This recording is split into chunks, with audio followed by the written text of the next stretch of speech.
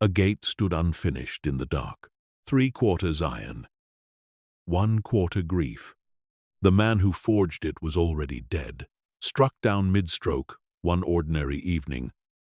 Banking a fire he would never bank again. He left behind a wife, and he left behind a promise, half-shaped in metal, hidden under a grey cloth at the back of his own forge. No one dared touch it, not his young apprentice, who inherited the forge but not the right to finish another man's love letter, not the widow herself, who walked past that forge every single morning for 2 years and never once asked what waited inside it. Because asking meant admitting it was unfinished, and admitting that meant admitting he was truly, finally gone. 2 years of silence. 2 years of a gate standing in the dark, waiting for a hand that would never come back to finish it. Then a stranger arrived in the rain. She did not come for the gate. She did not even know it existed. She came for a village, for a trade, for a fresh start, far from everything she knew. But some stories choose the person who happens to be standing closest when they finally need to be told. And before her first winter in that village was over, she would find herself standing at the center of a promise a dead man had left behind, wondering whether she had any right at all to help finish it. This is the story of that gate, of the widow who could not bring herself to ask for it, of the apprentice who would not presume to give it to her, and of the small, quiet decision that finally, after 2 years, set it free. Welcome to Soft Sleep Tales, a place where timeless stories, gentle narration, and quiet atmospheres guide you toward rest. Before tonight's story begins, you are warmly invited to share where you are listening from in the comments below. It is always a comfort to see this quiet community reaching across the world night by night. And if these stories bring you a sense of calm, you are welcome to subscribe and join us on these peaceful journeys. Now, take a moment to get comfortable. Settle into your bed or your favorite chair. Gently close your eyes. Take a slow, deep breath and allow the day to soften and fade. Let my voice carry you quietly into sleep, to a place where imagination drifts and rest comes naturally. The rain had been falling over Hartwell Green since before dawn. Soft, persistent, the kind of early autumn rain that never announces itself with thunder, only arrives and stays, settling over stone roofs and wet lanes and hedgerows heavy with the last of the blackberries. Elspeth Hale sat with her small case on her knees in the back of the carrier's cart, watching the hills rise and fall beyond the dripping canvas. She had never seen a landscape so entirely given over to green and grey. She had left the city 3 days before. It felt longer. The train had carried her as far as Ashcombe Halt, a station with a single platform and a station master who seemed surprised anyone had come to use it. From there, the carrier's cart took her the rest of the way, jolting along lanes that grew narrower with every turning, the hedgerows rising so high on either side that the sky became a pale ribbon far above. And then, beneath the creak of the cart and the horse's steady hooves, she heard something else, faint, rhythmic, a sound she did not recognize. "It is the forge you are hearing, miss," said the carrier without turning his head. "Hartwell Green. We are nearly there." She had not expected to hear it before she saw it. A sound like a heartbeat, slowed and deepened, iron meeting iron, steady and unhurried, carried to her across the wet fields on the damp autumn air. She sat forward and listened, and found that she was smiling, though she could not have said why, except that the sound seemed to promise something. A place still busy with its own life. A village not yet given over entirely to sleep. The cart came round the final bend, and the village opened before her, the way villages in that part of the country tended to open all at once, without warning, as though it had been waiting behind the hedgerow the entire time. A green at the centre, worn pale by generations of feet and the hooves of animals being driven to market. A church with a square tower the colour of wet slate. A cluster of stone cottages arranged with no particular symmetry, as if they had grown there rather than been built, their roofs steaming faintly where the rain had eased for a moment, and the low autumn sun had found a gap in the cloud. And at the far side of the green, low and dark and unmistakable, even to someone who had never seen one before, the forge. She had imagined, without quite admitting to herself that she was imagining it, a building of some grandeur, given how the sound of it had reached her from so far away. What she saw instead was a long, low structure of dark stone and darker timber, its doors open despite the rain, a wide arch of an entrance from which orange light spilled out onto the wet cobbles, and above it, rising from a chimney she could not immediately locate, a thin column of smoke that bent sideways in the wind and dissolved into the general grey of the sky. The rhythmic sound she had heard from the fields was louder here, close enough now that she could feel it faintly through the boards of the cart, a sound with weight to it, the sound of something being shaped rather than merely struck. The carrier set her down outside the inn. A building called, according to the sign swinging gently above its door, the plough and anvil, and touched his cap to her, and told her that Mrs. Wren inside would see her settled. And then he was gone, the cart creaking away down the lane toward whatever remained of his rounds, and Elspeth was left standing alone in the rain, with her case in her hand, looking across the green at the forge, at the orange light within it, at the smoke bending in the wind. She had come to Hartwell Green for reasons that felt, in that moment of standing in the rain and looking at a village she had never seen before, both entirely sound and faintly absurd. She had trained as a bookbinder, had spent 4 years in the city learning a trade that suited her temperament far better than anything her family had imagined for her, a trade of patience and precision and long quiet hours with her hands occupied and her mind free to wander. She had heard, through a chain of acquaintances that she could no longer entirely trace, that the village of Hartwell Green had no bookbinder of its own, that the nearest one was a day's journey away, and that the church here kept a small but old library which had not been properly attended to in years, its bindings cracking, its spines loosening, its pages, some of them centuries old, slowly coming free of the thread that had once held them fast. It was not a great deal to go on. It was, she had told herself on the train, on the platform at Ashcombe Halt, in the jolting cart with the hedgerows rising on either side. Enough. She had some small savings. She had a letter of introduction from her old master, a man of few words, who had nonetheless written, with what she suspected was genuine warmth, that she was as fine a hand at the trade as he had encountered in 30 years of teaching it.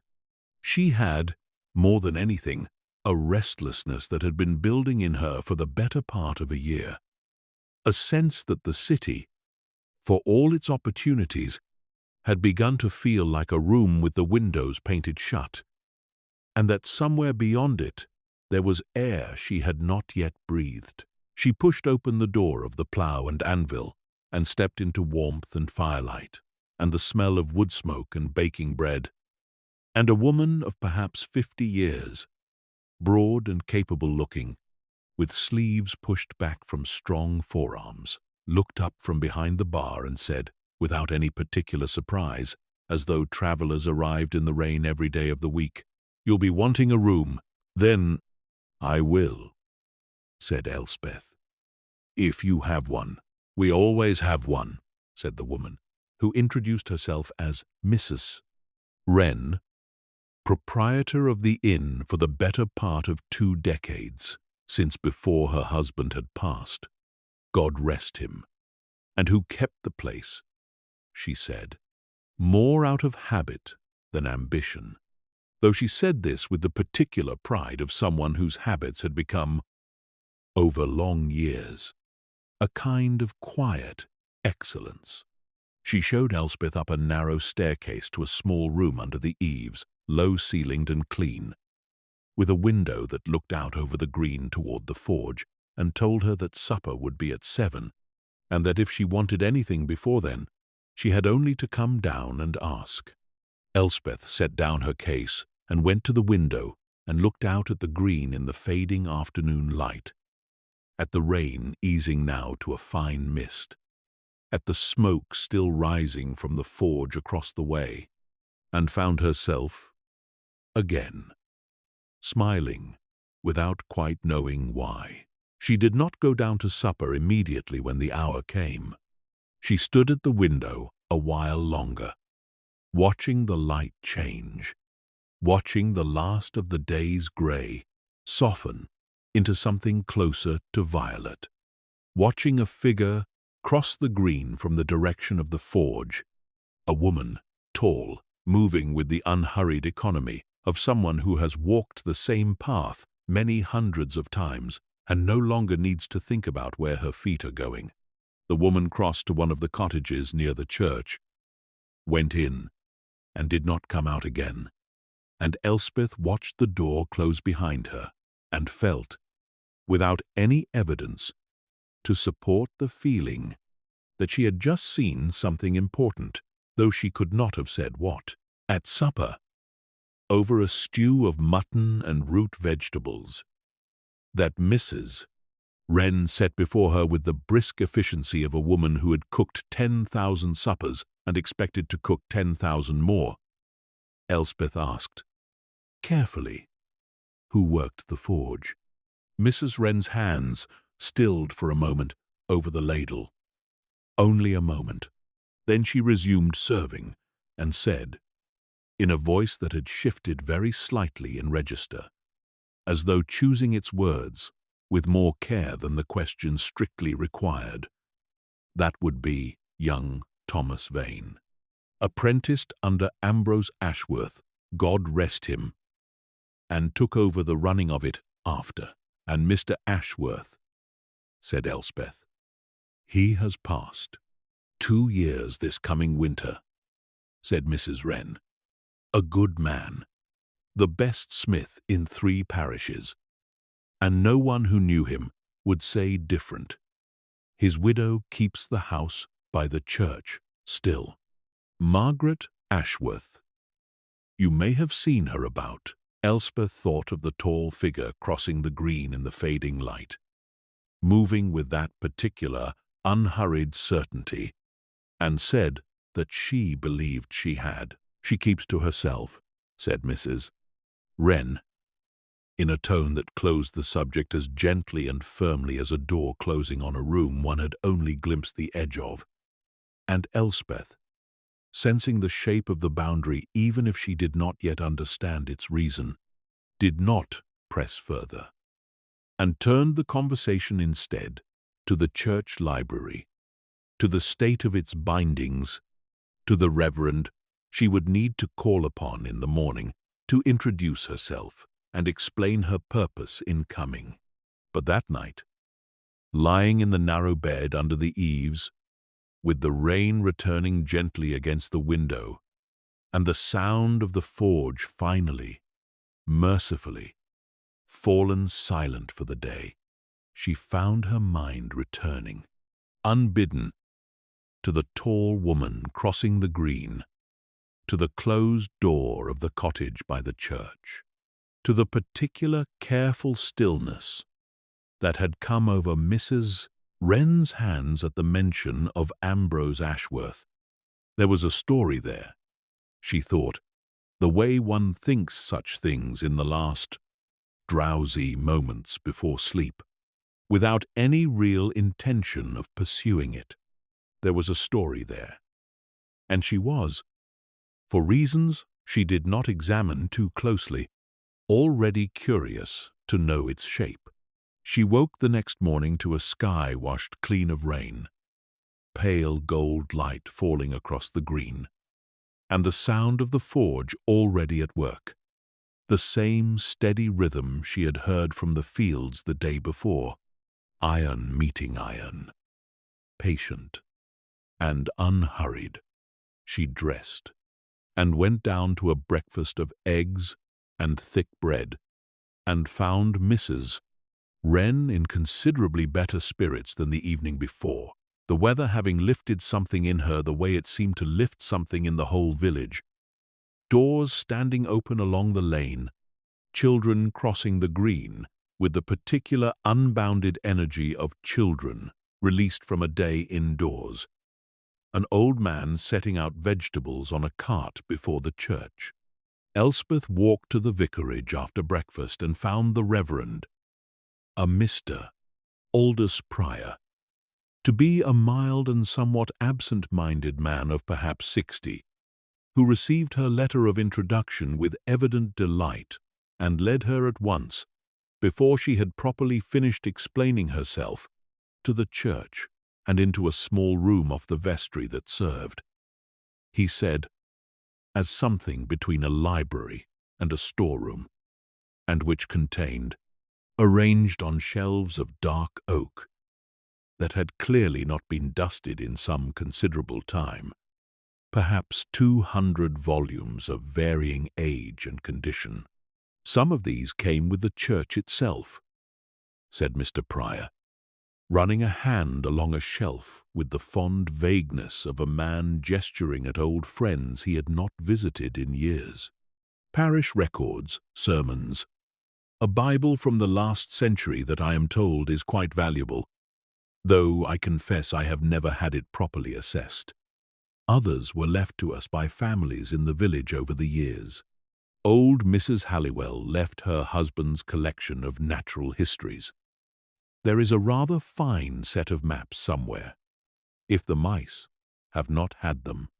Elspeth moved along the shelves slowly, drawing out volumes one at a time, examining spines that had cracked and split, boards that had come loose from their text blocks, thread that had rotted and given way, so that whole gatherings of pages threatened to slide free at the slightest provocation. It was, she thought, exactly the kind of neglect she had hoped to find. Not the deliberate ruin of carelessness, but the slow accumulation of years without attention, the kind of damage that patient work could undo. I should be glad of your help, said Mr. Prior, watching her with the particular hopeful expression of a man who has been meaning to address a problem for a long time and is relieved to find someone else willing to address it for him. Though I confess the parish cannot pay a great deal.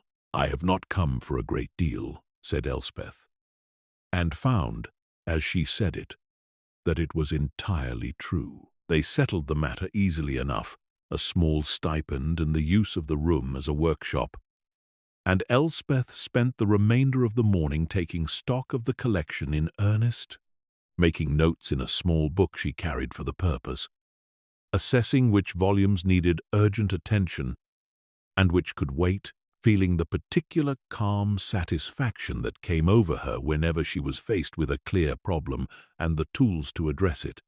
It was past noon when she stepped out of the church into the bright cold air, meaning to return to the inn for something to eat, and found her path across the green taking her without any very deliberate decision on her part. Closer to the forge than she had come before, the doors stood open as they had the previous day.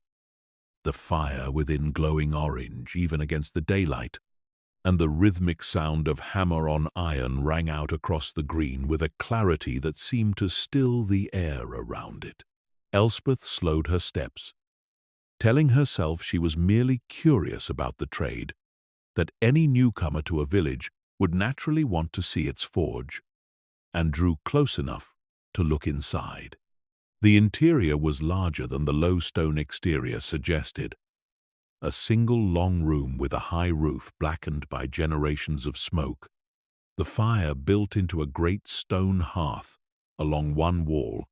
Bellows worked by a wheel connected to some mechanism she did not understand. And, at the center of it all, a young man, perhaps 30, stripped to his shirt sleeves despite the cold, his forearms dark with soot and shining with sweat, working a length of glowing iron against an anvil with the same steady rhythm she had heard from the fields the day before. He did not see her at first, absorbed entirely in his work, and she stood a moment at the threshold watching him, watching the way the iron changed color as it cooled, deep orange fading toward red, the way he judged the moment to return it to the fire with an instinct that seemed to require no thought at all, the way the whole process had about it something almost musical, a rhythm and a pattern that repeated and varied and repeated again. Then he looked up and saw her, and the hammer stilled in his hand. "Good day," he said, setting the hammer down and reaching for a cloth to wipe his hands. An unnecessary gesture, she thought, given how thoroughly soot had worked its way into the creases of his skin, though she understood it as the kind of small courtesy people offered without quite thinking about it. "You'll be the bookbinder Mrs. Wren mentioned." "Word travels quickly," said Elspeth. "It is not a large village," said the young man, and something in the way he said it, a faint dryness, suggested he found this both a limitation and, on balance, a comfort. Thomas Vane. "I keep the forge. Elspeth Hale," she said, and something in his manner, easy and direct, without any of the careful evasiveness she had sensed in Mrs. Wren the night before, made her ask, before she had properly decided to ask it. "You took over from Mr. Ashworth." The easiness did not vanish exactly, but it changed, settled into something quieter. "I did," he said. "2 years back. I was his apprentice before that. 6 years under him. And then the forge came to me, though not by any arrangement he'd have chosen. If you take my meaning, I am sorry," said Elspeth. Thomas nodded, an acknowledgement rather than a deflection, and looked past her for a moment, out across the green toward the church, in a direction that Elspeth, following his gaze without quite meaning to, understood led toward the cottage where she had seen Margaret Ashworth disappear the evening before. "He was the best there was at this trade," said Thomas after a moment. "Not just in these parts. I've heard men come from 2 counties over just to ask his opinion on a piece of ironwork, or to have him do what they couldn't get done closer to home. There's not many left now who work the old way. All by hand, no shortcuts. I do my best by what he taught me. I don't know that I'll ever be what he was." There seemed nothing to say to this that would not sound either hollow or intrusive, and Elspeth, sensing the boundary of the conversation the way she had sensed it the night before with Mrs. Wren, though drawn differently here, less guarded and more simply sad, said only that the forge seemed, from what little she understood of such things, to be in capable hands, and Thomas gave her a brief, genuine smile that suggested the compliment had landed somewhere true, and picked his hammer back up, and the conversation, by unspoken agreement, returned to safer ground, to the village, to where she might find good bread, and where she might find good boots repaired. And Elspeth, after a while, took her leave and continued on toward the inn, but found, walking back across the green, that her eyes went again to the cottage by the church, to its closed door, and that the story she had sensed the shape of the night before had gained, now, a little more substance, though its center remained hidden from her still. The days that followed settled into a rhythm of their own, the particular rhythm of a newcomer finding her footing in a small place.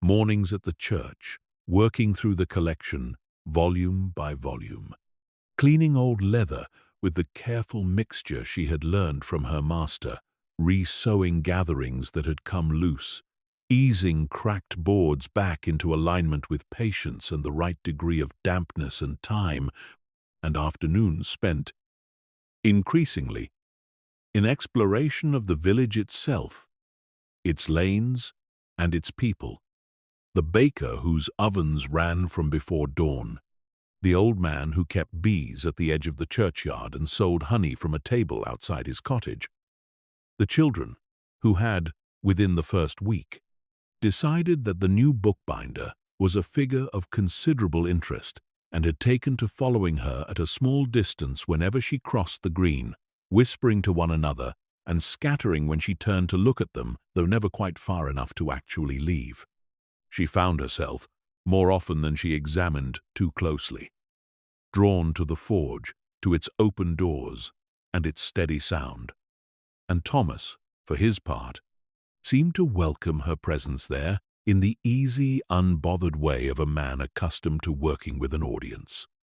Villagers stopping to watch a piece take shape, children pressing as close to the heat as their mothers would allow.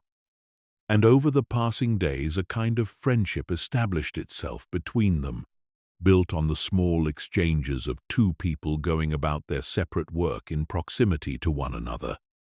Comments on the weather, questions about her trade, and the particular companionable silence that settles between people who do not feel the need to fill every quiet moment with talk. It was Thomas, in the second week of her stay, who first mentioned the gate.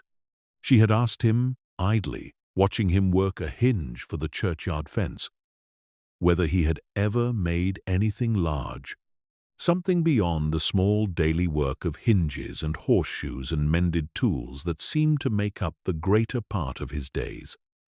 And he had gone quiet in a way she had come to recognize, the same quietness that had come over him when she first asked about Ambrose Ashworth, and after a moment he had said, "There's a gate," said Elspeth. "In the back of the forge," said Thomas. "Covered over. Ambrose was making it before he passed. It isn't finished. I haven't touched it." "Why not?" said Elspeth, and then, hearing how the question might land, added more gently, "If you don't mind my asking."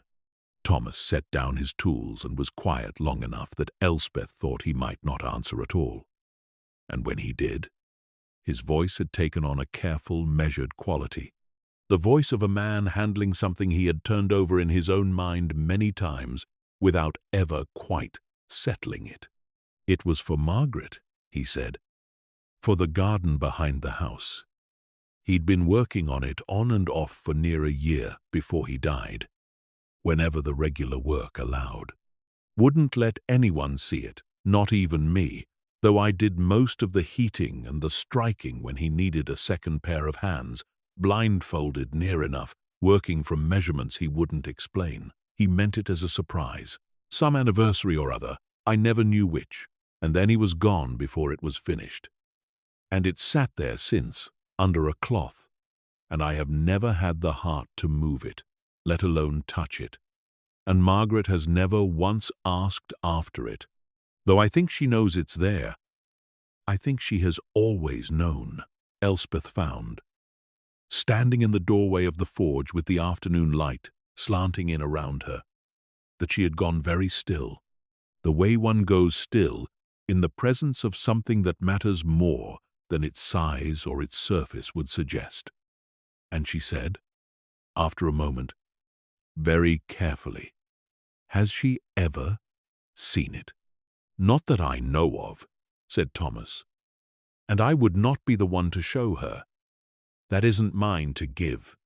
He returned to his work then, the conversation closing itself the way.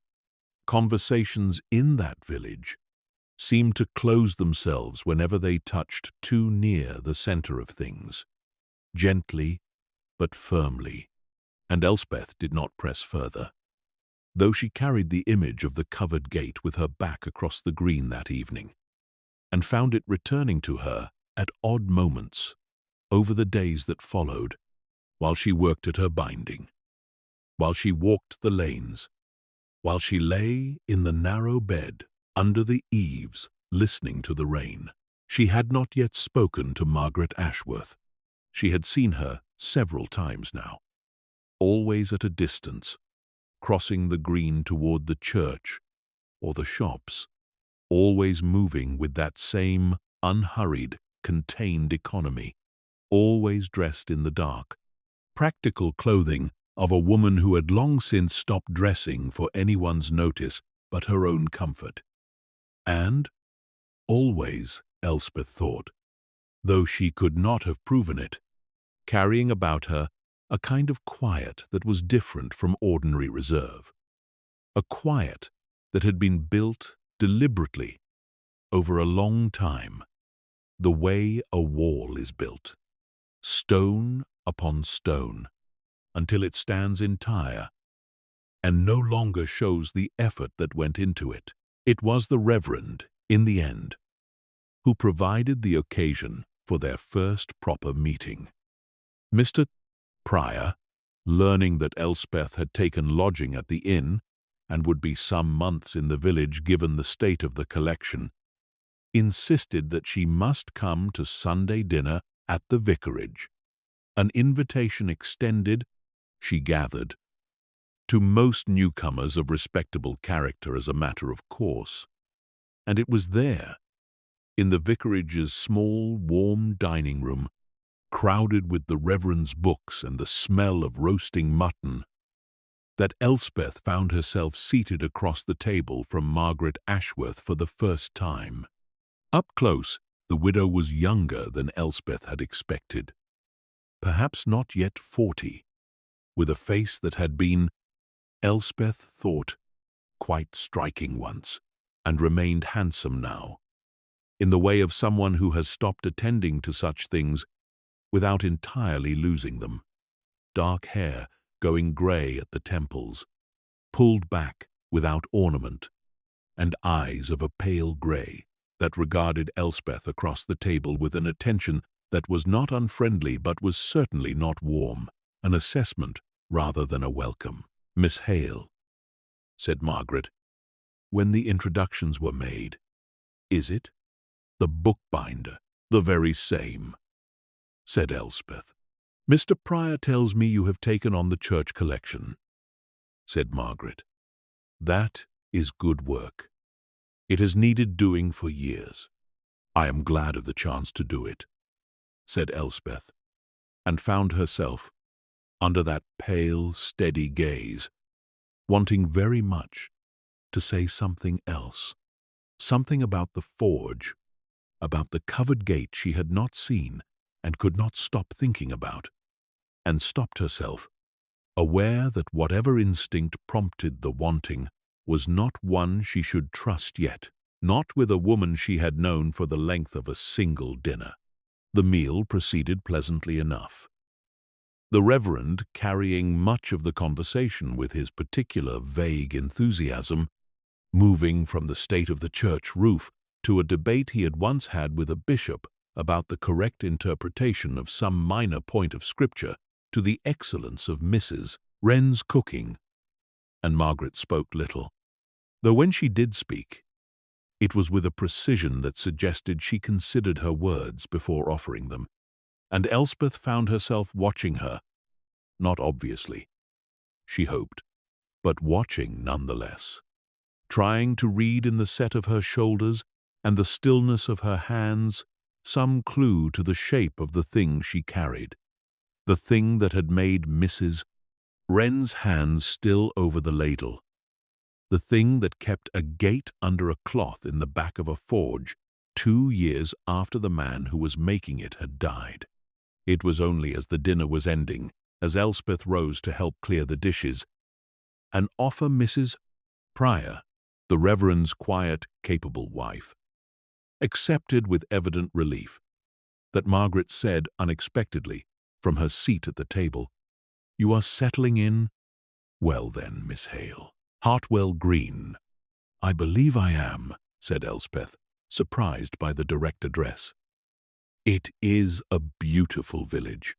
It is," said Margaret, and there was something in the way she said it, a weight underneath the simple word, that made Elspeth think she was not merely agreeing about the beauty of stone cottages and green fields, but about something else entire, something that lived beneath the beauty and gave it its particular depth.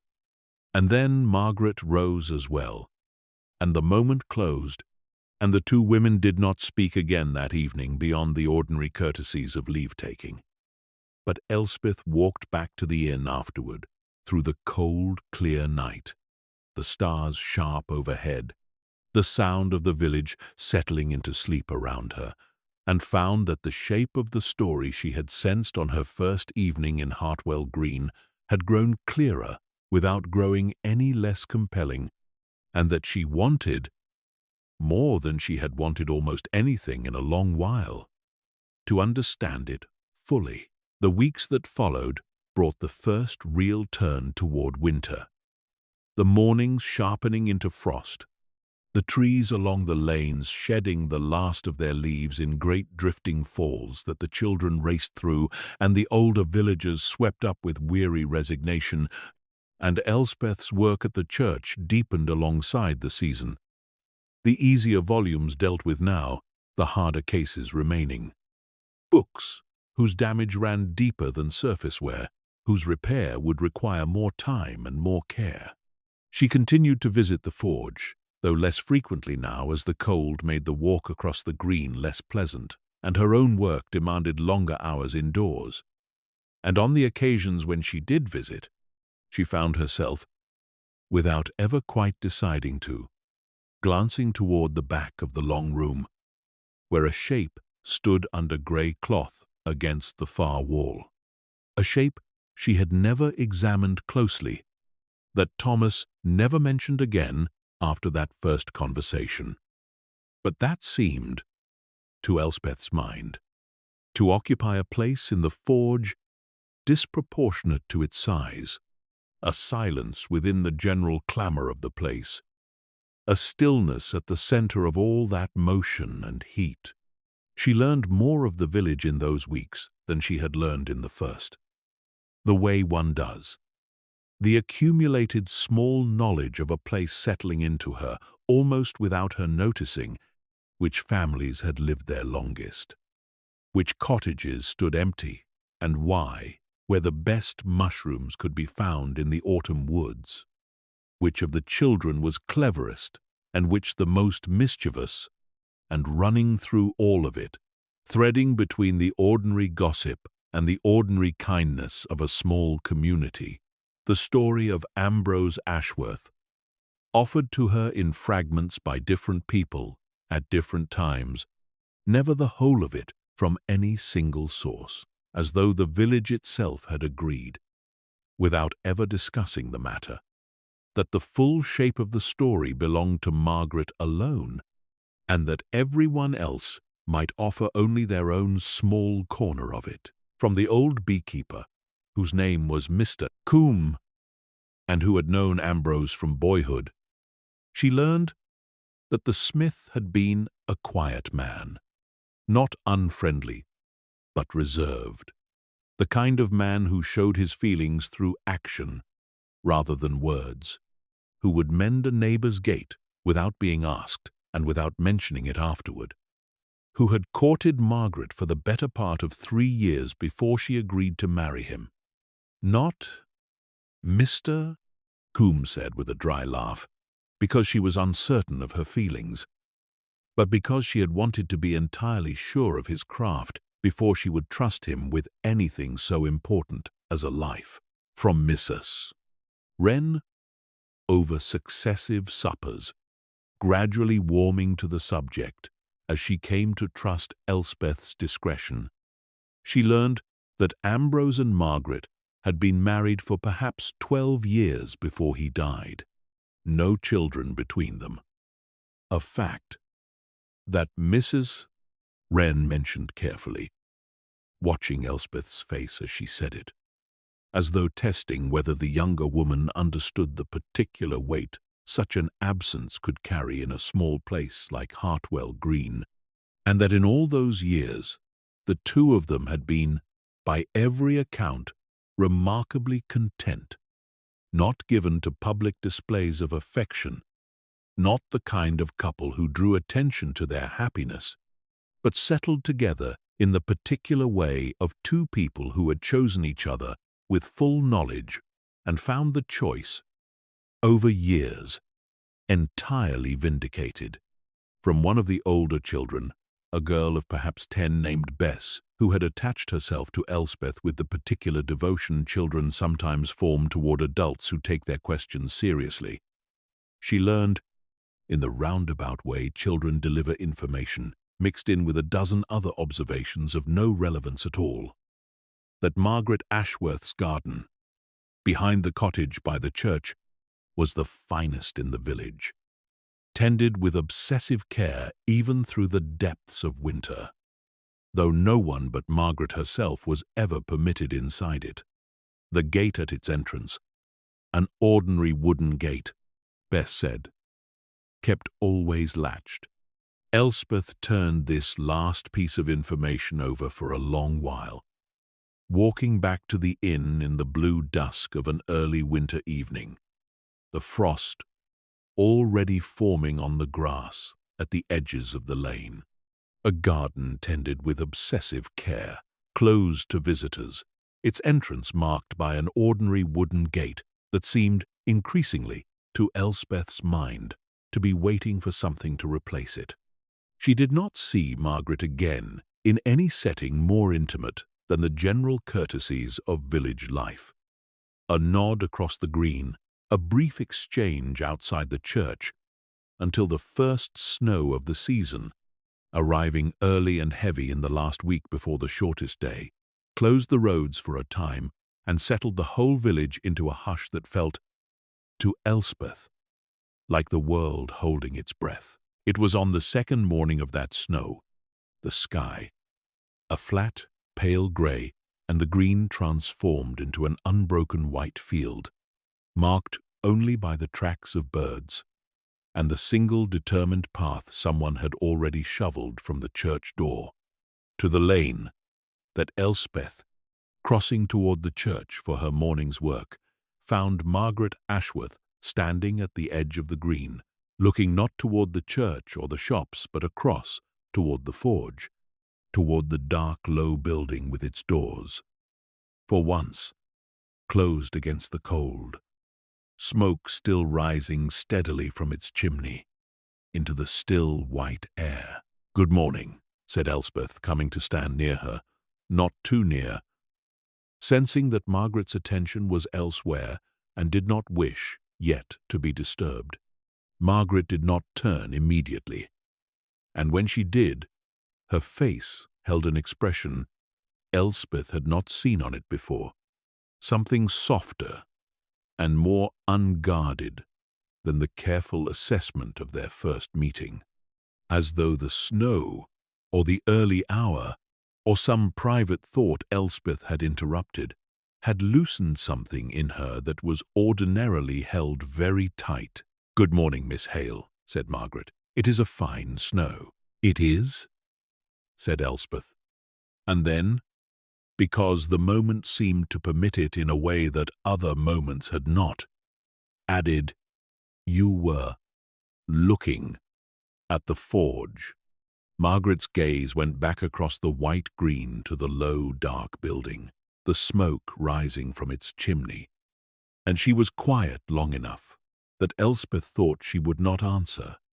And then she said, in a voice pitched low, more to herself than to her companion, though Elspeth heard every word of it, "My husband worked there for 18 years. I have crossed this green every morning of my life since I was a girl, and every morning for 18 years I looked across it and knew he was there, and heard the sound of his work before I could see him. And it was," she said, and paused, and something crossed her face that Elspeth could not fully read. Sorrow, certainly, but something else beneath it, a kind of wondering tenderness. "It was the best sound I have ever known. I still hear it some mornings. Not truly. I know it is not truly there. But some mornings, in that particular hour just after waking, before the day has properly begun, I hear it as clearly as I heard it for 18 years. And for a moment, before I am fully awake, I believe he is still there, still working, and the day has not yet taken him from me again." Elspeth said nothing, understanding, with the particular instinct of someone who has learned to listen well, that nothing she could say would serve the moment better than her silence. And after a while, Margaret seemed to remember herself, seemed to draw the careful reserve back around her shoulders, the way one draws a shawl against the cold, and said, in a voice returned to its ordinary measured tone, "You will find the church path shoveled, I think. Mr. Pryor is always diligent about it."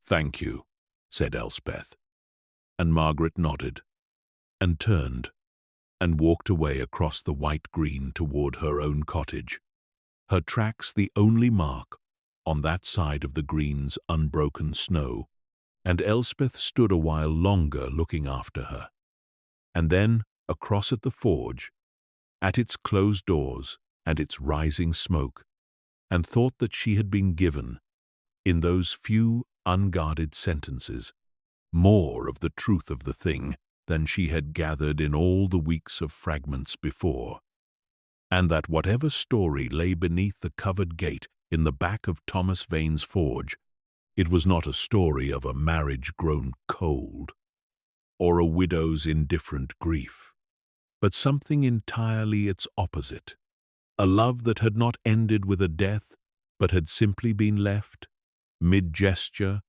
unable to complete itself. And Elspeth found, standing there in the snow with the cold beginning to reach through her coat, that she wanted, more urgently now than she had wanted before, to see that gate finished, though she could not have said, in that moment, what she imagined doing about it, or whether it was hers to do anything about at all. The snow held for the better part of a week, softening the sounds of the village, slowing its rhythms, and Elspeth spent those days largely indoors, at the church in the mornings, with her needle and her paste, and her careful, patient hands, and in the evenings at the inn, where the fire burned high against the cold and misses. Wren's suppers grew heartier as the season demanded, thick soups and dense bread, and on the coldest nights, a small glass of something warm that Mrs. Wren pressed on her guests without waiting to be asked. She thought often, in those quiet, snowbound days, of the conversation with Margaret at the edge of the green, of the unguarded tenderness that had broken through the careful reserve, for just those few sentences before closing again, And she thought, too, increasingly, of Ambrose Ashworth himself, a man she had never met and never would, and yet whose presence seemed to fill the village more thoroughly in his absence than most living men filled it by their presence. In the careful respect with which people spoke of him, in the covered gate that no one dared uncover, in the garden his widow tended with a devotion that had outlasted him by 2 years and showed no sign of lessening. It was Thomas, in the end, who told her the fuller story of the gate, on an evening when the snow had finally begun to ease, and Elspeth had walked across to the forge on her way back from the church, drawn as always by the warmth and the light. And, she admitted to herself now without much resistance, by her own unresolved curiosity. She found him banking the fire for the night, the day's work done, the forge quieter than she had ever seen it, and he greeted her with the easy familiarity that had grown between them over the preceding weeks, and when she asked, carefully, whether he might tell her more about the gate, about what Ambrose had intended it for, he set down the poker he had been using and was quiet for a long moment, looking toward the back of the room where the covered shape stood in shadow. And then he said, "I'll tell you what I know, though it isn't the whole of it, because the whole of it died with him." He came and sat on the low bench near the fire and gestured for her to sit as well, and in the fading warmth of the banked forge, with the last light going purple outside the open doors, he told her what he knew. Ambrose had begun the gate, he said, in the spring of the year before he died, working on it in the odd hours between the regular commissions that kept the forge running and fed, never speaking of it directly, though Thomas had understood from the measurements Ambrose sometimes asked him to check and the particular quality of concentration that came over the older man whenever he worked on it, that it was meant for something important.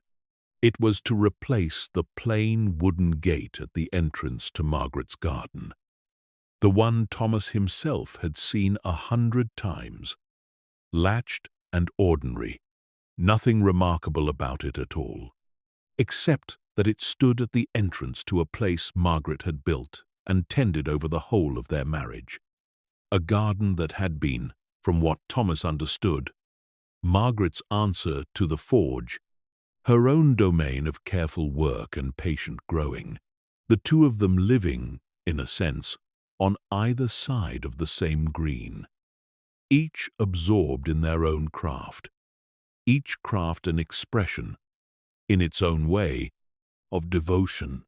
The gate Ambrose was making, Thomas said, was to be wrought in a pattern that echoed the garden itself, vines and leaves worked in iron, with a delicacy that Thomas had never seen attempted before, not by Ambrose, not by any smith he had heard of, iron persuaded into shapes that seemed to defy the nature of the material, curling and twisting with an organic grace that took, Thomas said, enormous skill and enormous patience, the kind of work that could not be rushed, that required the smith to fight against the very temperament of his medium. And Ambrose had been fighting that fight, slowly, in his stolen hours, for the better part of a year. Intending it, Thomas believed, though Ambrose had never said so outright, as a gift to mark their 15th year of marriage, an anniversary that would have fallen in the autumn, some months after he died. "He never told her," said Thomas. "Never told anyone but me, and only because I was there to help with the parts he couldn't manage alone. He wanted it kept secret until it was finished, and then he was gone, sudden. No illness, no warning. His heart simply stopped one evening while he was banking the fire, much as I was doing tonight when you came in, and I found him the next morning when I arrived for work. And the gate was there, 3/4 finished, more than 3/4, closer to whole than not, but not whole, and I could not bring myself, in that moment, or in any moment since, to be the one who finished another man's work on something so entirely his own, so entirely meant for her. And Margaret has never asked, and I have never offered, and so it sits. The fire popped softly in the banked coals, and outside the last of the light was fading from grey to blue, to the deep, near black of a winter evening, and Elspeth sat very still, feeling the weight of the story settle into her the way such stories settle, not as information merely, but as something that asked something of her, though she did not yet know what. And after a while she asked, quietly, "Do you think she wants it finished?" Thomas considered this for a long time before answering. Turning it over, she could see, with the same careful attention he brought to his work at the anvil. "I think," he said finally, "that she has never let herself want anything about it, because wanting it finished would mean admitting it was never finished, and admitting that would mean admitting he is truly gone, not just absent but unfinished, a story stopped in the middle, and I think that has been easier for her to bear as a covered shape in the back of my forge than as a truth she has to carry every day. But I don't know. I have never asked her, and she has never told me. And perhaps that is a question that isn't mine to answer, or even mine to ask."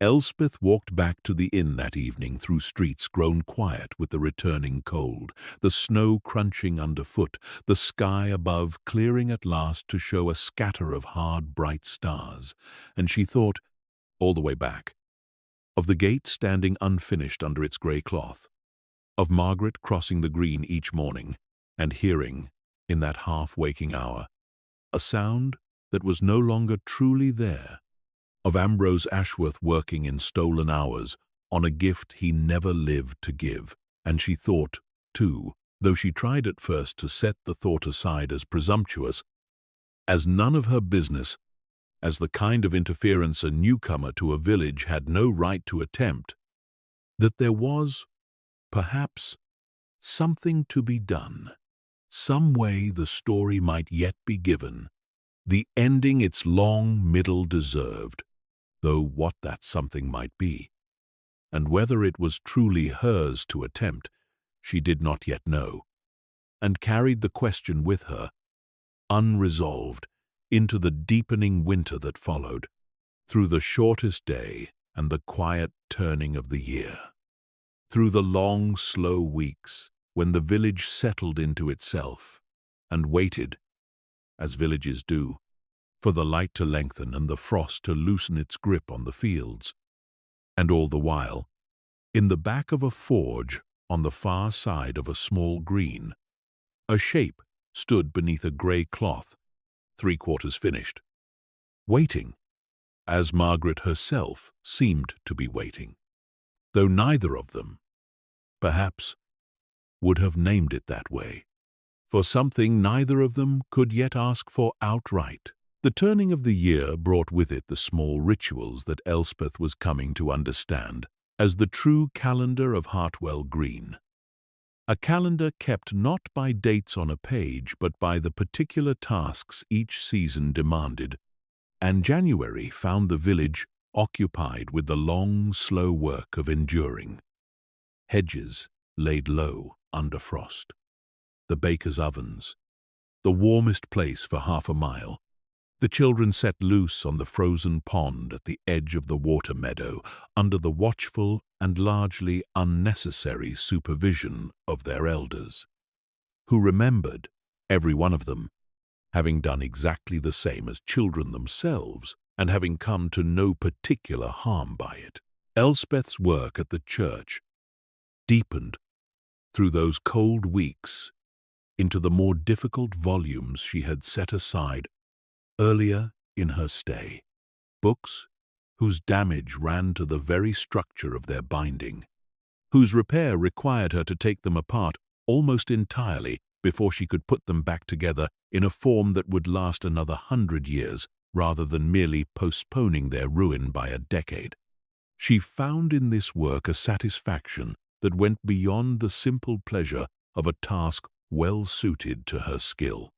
There was something in the slow, careful unmaking and remaking of an old book, in the patience it demanded, in the way a volume that had seemed beyond hope could be coaxed, gradually, board by board and gathering by gathering, back into something whole, that felt to her, in those quiet months, like a kind of answer to the question the gate had left, sitting unresolved in her mind, though she could not have explained the connection to anyone who asked. And no one did ask, because no one but Thomas knew that the question occupied her thoughts at all. She saw Margaret with increasing regularity as the weeks passed.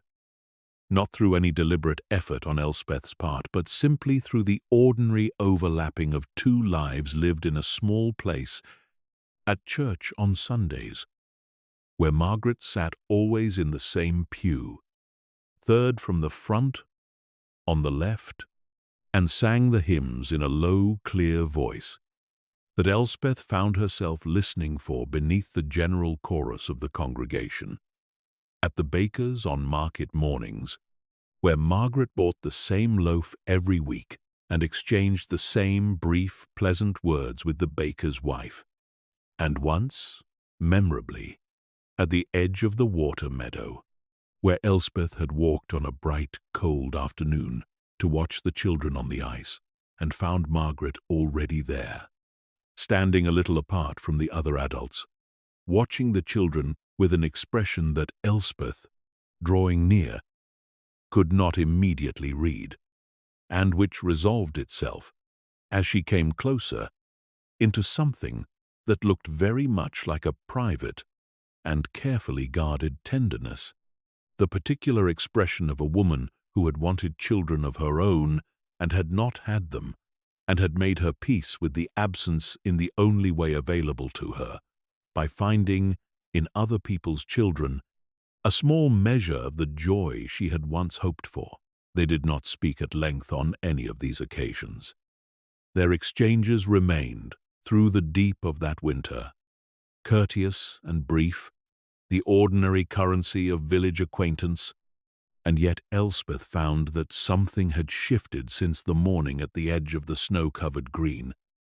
Some small door left ajar that had not been ajar before, so that Margaret's nods across the churchyard carried a fraction more warmth than they had in the autumn, and her brief words outside the baker's shop lingered a moment longer than strict courtesy required, as though some part of her recognized in Elspeth a person who had been trusted, once, with something true, and had not misused the trust, and might, therefore, be trusted again, in time, though the time had not yet come. And Elspeth, sensing this, did not press for it, understanding that whatever was growing between them, however slowly, was the kind of thing that could not be hurried without being broken. It was in the depth of February, with the frost still hard on the ground, but the days lengthening at last, the light lingering a few minutes longer each evening than it had the week before, that Elspeth found herself drawn back to the forge on an errand that had, in truth, very little to do with any binding or hinge or repair, and everything to do with the question that had not left her since the evening Thomas told her the story by the banked fire. She found him at work on an ordinary commission, a set of fire tools for one of the farms beyond the village, and waited, as she had learned to wait, until he reached a natural pause in his labor before she spoke. "I have been thinking about the gate," she said. Thomas set down his tools and looked at her with an expression that suggested he had been expecting this conversation for some time, perhaps since the evening he first told her the story, and had been waiting only to see whether her curiosity would settle into something more deliberate. And now, apparently, it had. "I thought you might be," he said. "I am not asking you to finish it," said Elspeth quickly, "because that isn't yours to give, as you said, and I understand that, and I would not ask it of you, even if I thought you were willing. But I wonder whether it might be looked at, not touched, not altered, only looked at properly by someone who understands the work, so that we might know how much remains to be done, and what manner of hand would be needed to complete it, if it were ever to be completed at all, and by whom." Thomas was quiet for a long moment, turning this over, and Elspeth could see him weighing something in his mind, some calculation of loyalty and grief and the particular delicacy of a promise he had never made aloud, but had kept, nonetheless, for 2 years, as faithfully as if he had sworn to it. "I have looked at it," he said finally, "more than once. If I am honest with you, I could not help it, working here, every day, with it standing at my back. I know roughly what remains. The vine pattern along the upper rail is unfinished. Perhaps a third of it still to be worked. The latch mechanism was never begun, though Ambrose had made drawings for it that I found afterward. Tucked into his workbook, careful drawings, the kind he made only for work he considered important. And there is a single panel, low on the left side, where he had begun something different from the rest, a shape I could not entirely make out beneath the early stages of the work. Something that was not simply a vine or a leaf, but seemed to be forming into a different pattern altogether. And I have wondered, more than once, whether it was meant to be a likeness of something, though I could not say what, and I have never wanted to disturb the work enough to find out. "A likeness," said Elspeth, and felt something quicken in her at the word. Some sense that the gate held not only the record of Ambrose's skill and his devotion, but a message more specific than either, a message meant, perhaps, only for the one person who had never yet seen it. "Perhaps," said Thomas. "I do not know, and I will not guess further than that, because guessing further feels too near to trespassing on something that is not mine to interpret." Elspeth understood this, and respected it, and did not press him to speculate beyond what he had already offered, but she carried the image of that unfinished panel with her back across the green that evening, low on the left side, a shape not yet resolved into vine or leaf, something that might, when finished, say something no words had ever quite managed to say. And she thought, walking through the blue dusk with the first hint of the coming spring in the air, faint but unmistakable, a softness to the cold that had not been there in December, that whatever she chose to do next, if she chose to do anything at all, would need to be done with a great deal of care, because the thing at stake was not merely an unfinished piece of ironwork, but the whole delicate architecture of a woman's grief, built carefully over 2 years to hold steady the life she had to go on living.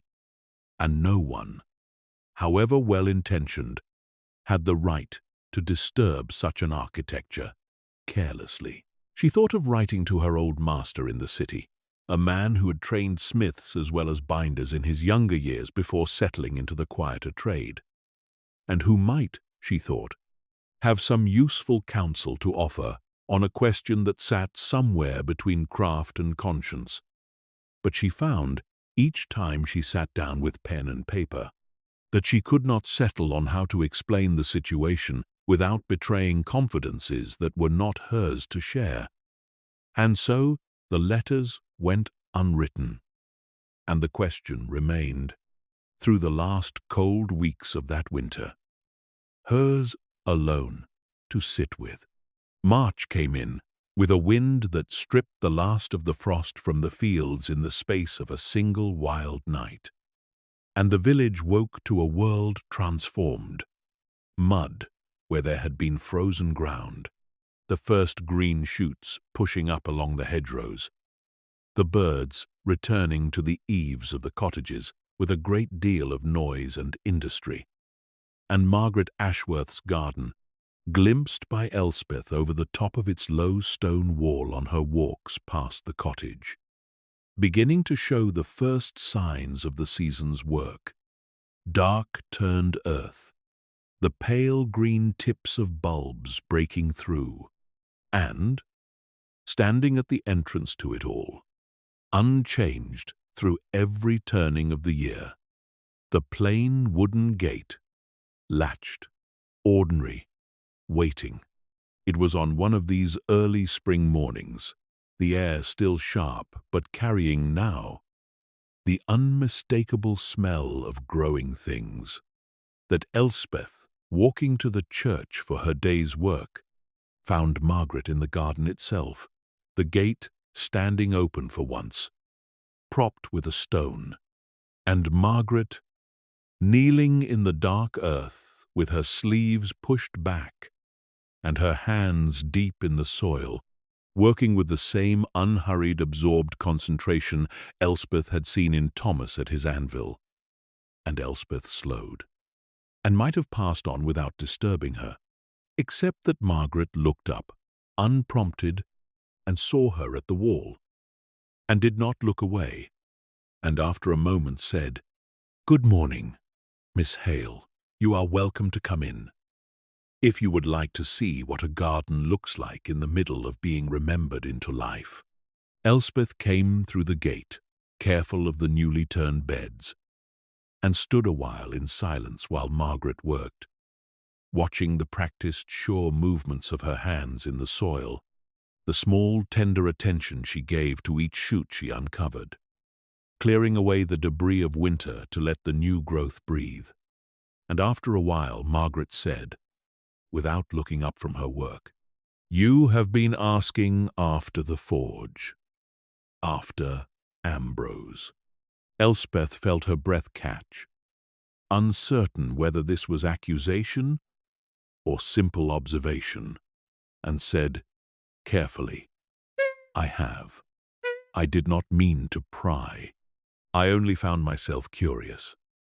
And the village, I think, wanted to tell the story almost as much as I wanted to hear it." Margaret sat back on her heels and looked at Elspeth directly, her pale eyes holding an expression that was not anger. Elspeth was relieved to see, but something more complicated, a kind of weary recognition, as though she had known this conversation was coming for some time and had made her peace with its arrival. "It is not a secret, exactly," said Margaret. "Everyone in Hartwell Green knows the shape of it, more or less. My husband was making something for me and did not finish it, and it sits now in Thomas's forge under a cloth, and no one touches it. And I do not ask after it, and we have all, I think, agreed without ever discussing the matter that this is simply how things are. The way the weather is simply how things are, not to be questioned, only endured." "I did not know if you knew," said Elspeth. "That the village knew. I mean, that it was not, perhaps, as private as you might have wished." Margaret's mouth curved. Not quite a smile, but something adjacent to one. "There is very little that is private in a village this size, Miss Hale," she said. "I learned that within the first year of my marriage, I have made my peace with it, mostly. It is easier to carry a grief that others also carry a little of, even if they carry it silently, at a distance, without ever saying so directly. I think Thomas has carried more of it than anyone these 2 years. I have watched him grow careful around me in a way he was not careful before, weighing his words, and I have understood why. though we have never spoken of it plainly, not once in all this time. She returned to her work then, drawing back the last of the winter's dead growth from around a cluster of pale green shoots that Elspeth did not recognize.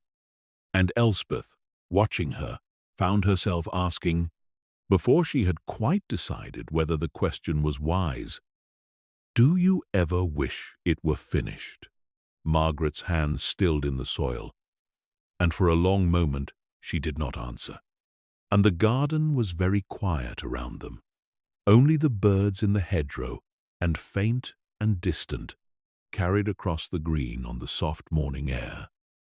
The first strokes of Thomas's hammer beginning the day's work at the forge, and Elspeth thought, hearing it, of Margaret's own words from the winter morning at the edge of the snow, the best sound I have ever known, and wondered whether Margaret was hearing it now the same way, half memory and half present fact, indistinguishable in the particular quiet of that hour.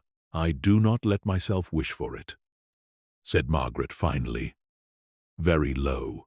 "I told myself, in the first months after he died, that wishing for it would be a kind of greed, wanting more from him than he had already given me, wanting the ending of a story that had already given me the whole of its middle 12 years of it, which is more than many people are given in a lifetime. I told myself that the gate could stay as it was, unfinished, and that this was, in its way, a truer memorial than a finished one would have been, because it showed the truth of things, which is that death interrupts. The death does not politely wait for the completion of what it interrupts, and that, pretending otherwise, would be a kind of lie I did not want to tell myself. That is what I told myself, Miss Hale, for 2 years, and I have mostly believed it." "Mostly," said Elspeth gently.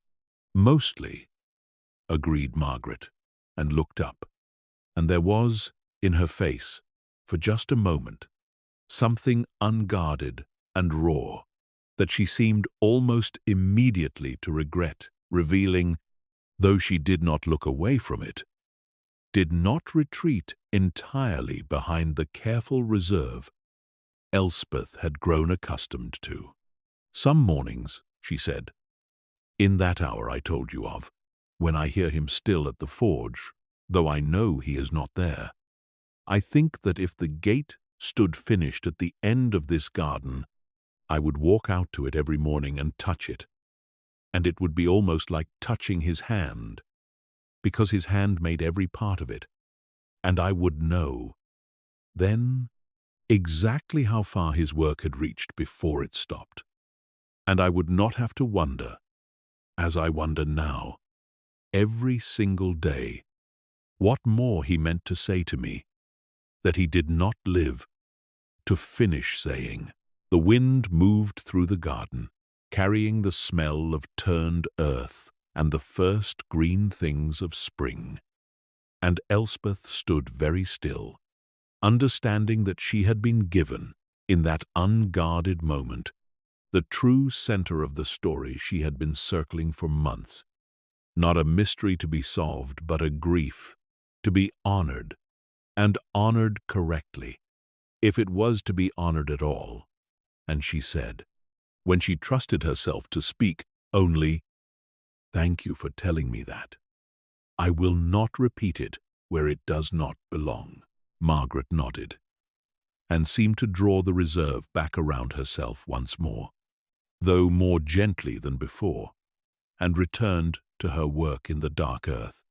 And Elspeth, after a while, took her leave and continued on to the church.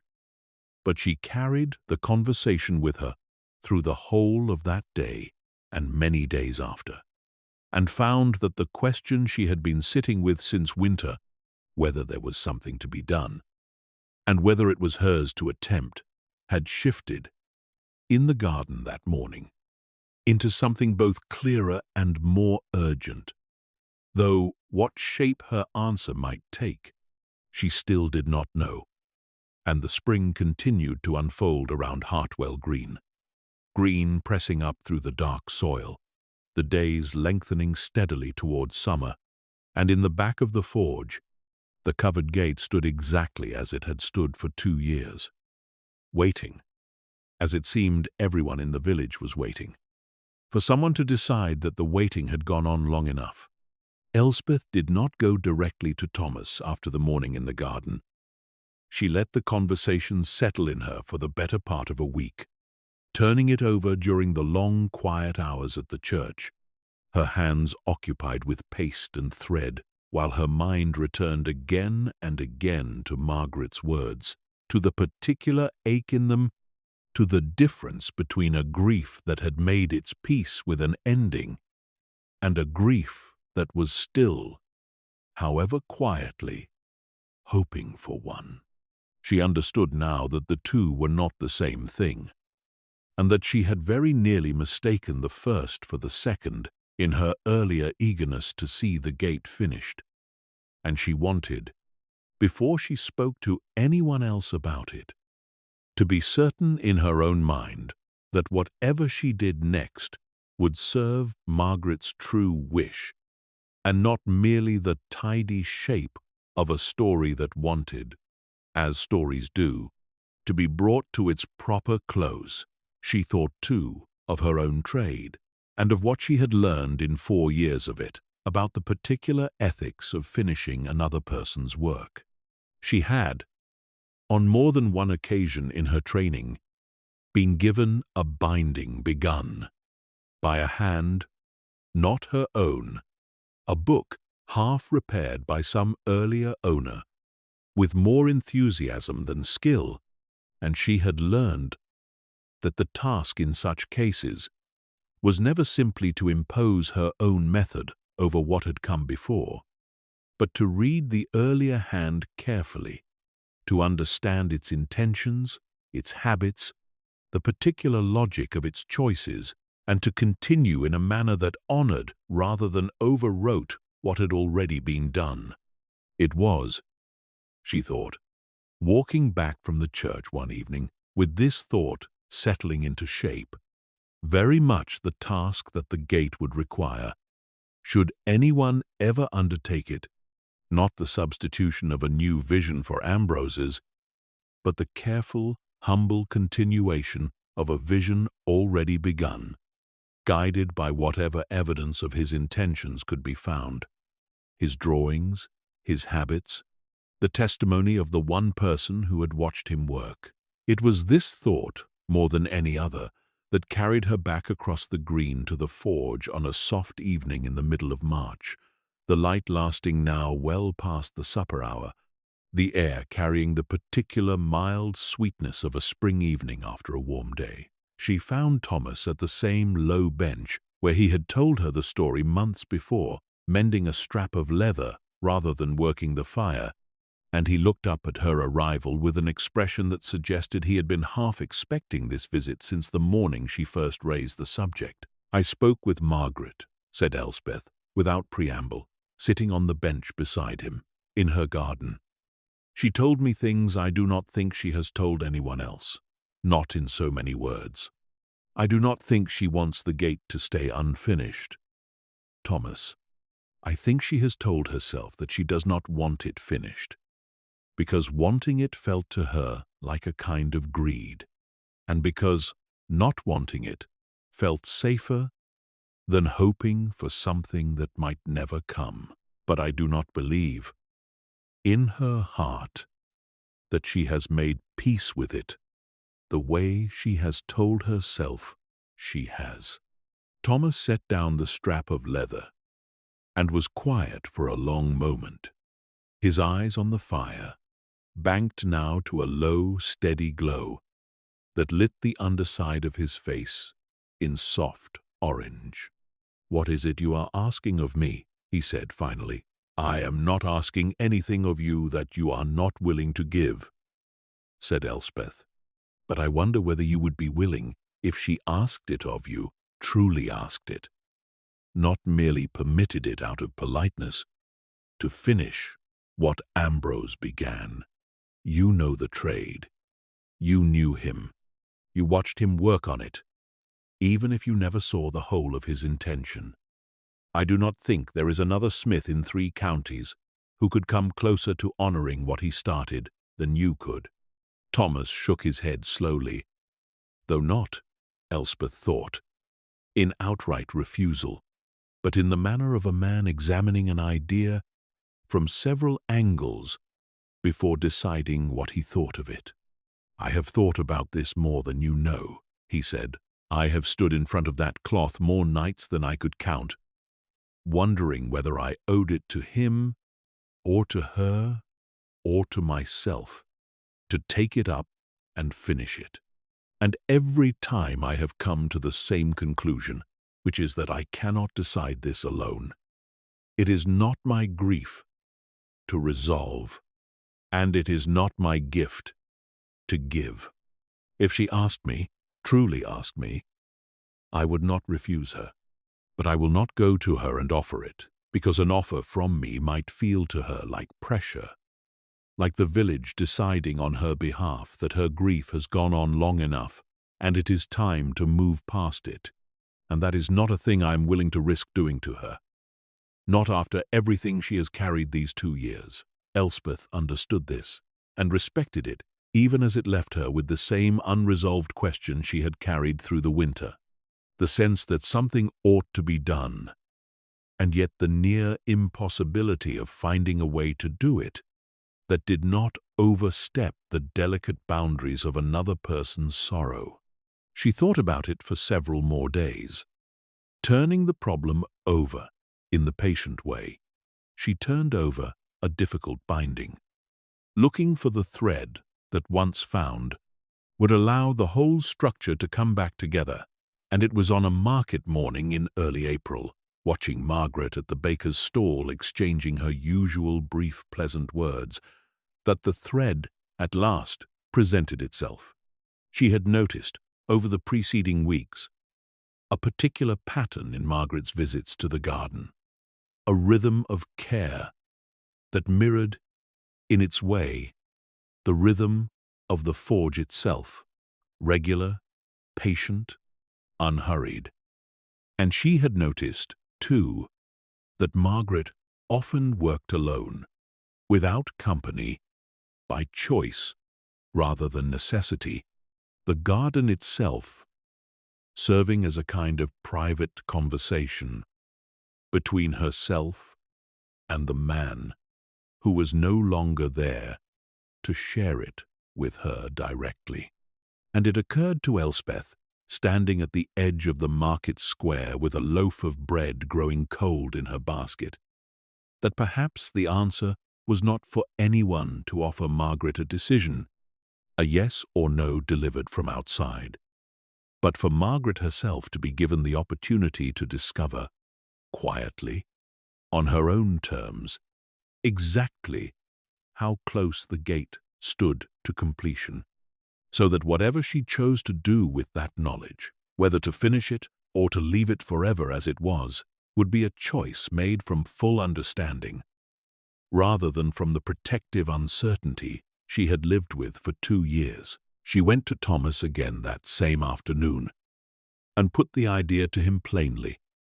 "Not an offer," she said. "Not a decision made for her. Only an invitation to see it, fully, for herself, so that whatever she decides after, she decides knowing the whole truth of where he left it." Thomas considered this for a long moment, and something in his face eased, as though this shape of the thing sat more comfortably with him than the shape Elspeth had first proposed. "That," he said slowly, "I think I could offer. Not a request that she let me finish it, only an invitation to see it. What she does with the seeing is hers to decide." They agreed between them that Thomas would be the one to make the invitation, since it was his forge and his trade and his long history with Ambrose that gave him the standing to offer it without presumption, and Elspeth though she felt a private ache at being kept at one remove from the moment she had done so much to bring about, understood entirely why it needed to happen this way, and did not argue the point. It was nearly a week before Thomas found the courage, or perhaps simply the right moment, to make the invitation. And when he told Elspeth of it afterward, over the low bench in the forge, with the evening light slanting gold through the open doors, he described it with the careful precision of a man recounting something that had mattered a great deal to him. He had gone to Margaret's cottage in the quiet hour after supper, he said, and found her in her small parlour with a book open on her lap, though she did not seem, from the stillness of the page, to have been reading it. And he had sat with her a while in the ordinary way of neighbours, speaking of small things, the state of the roads, the health of an elderly villager, before he found his way, carefully, to the true purpose of his visit. "I told her," said Thomas, "that the gate stood nearer to finished than perhaps she knew, and that I thought she deserved to see it as it was, whatever she chose to do afterward, and that I would ask nothing of her beyond the seeing itself. I told her that if, having seen it, she wished it to remain exactly as it was, covered and untouched, I would honor that completely, and never raise the matter again. And I told her that if, having seen it, she found she wanted it finished, I would consider it an honor beyond any commission I have taken in these 2 years to be the one to finish it, working from his own drawings, in his own manner, as close to his hand as my own skill could carry me." "And what did she say?" asked Elspeth, though she could see from Thomas's face that the answer, whatever it was, had moved him. "She wept," said Thomas quietly. "Not for long, and not, I think, from sorrow alone, though there was certainly sorrow in it. She wept, and then she thanked me, and she said she needed a few days to decide, and I told her she could have as many days as she needed, and I left her there with her book still open on her lap, and I have not spoken to her of it since, because I promised her the choice was entirely hers, and I intend to keep that promise, even if it costs me the not knowing for a good while longer." The days that followed carried a particular quality of suspended waiting that Elspeth felt throughout the village, though she suspected she alone, along with Thomas, understood its true cause, a stillness beneath the ordinary business of April.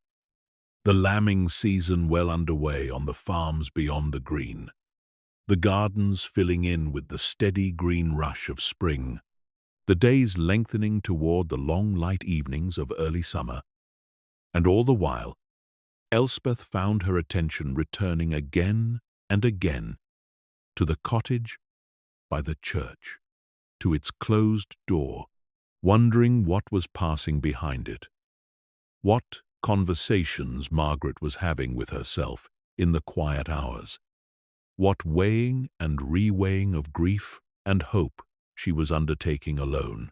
It was on a Sunday, 9 days after Thomas's visit, that the answer came, and it came not through any dramatic announcement, but in the quiet way that Elspeth had come to understand as characteristic of the whole village, its truths delivered sideways, through small gestures, rather than grand declarations. Margaret approached Thomas after the service, in full view of the departing congregation, though she kept her voice low enough that only he could hear her words.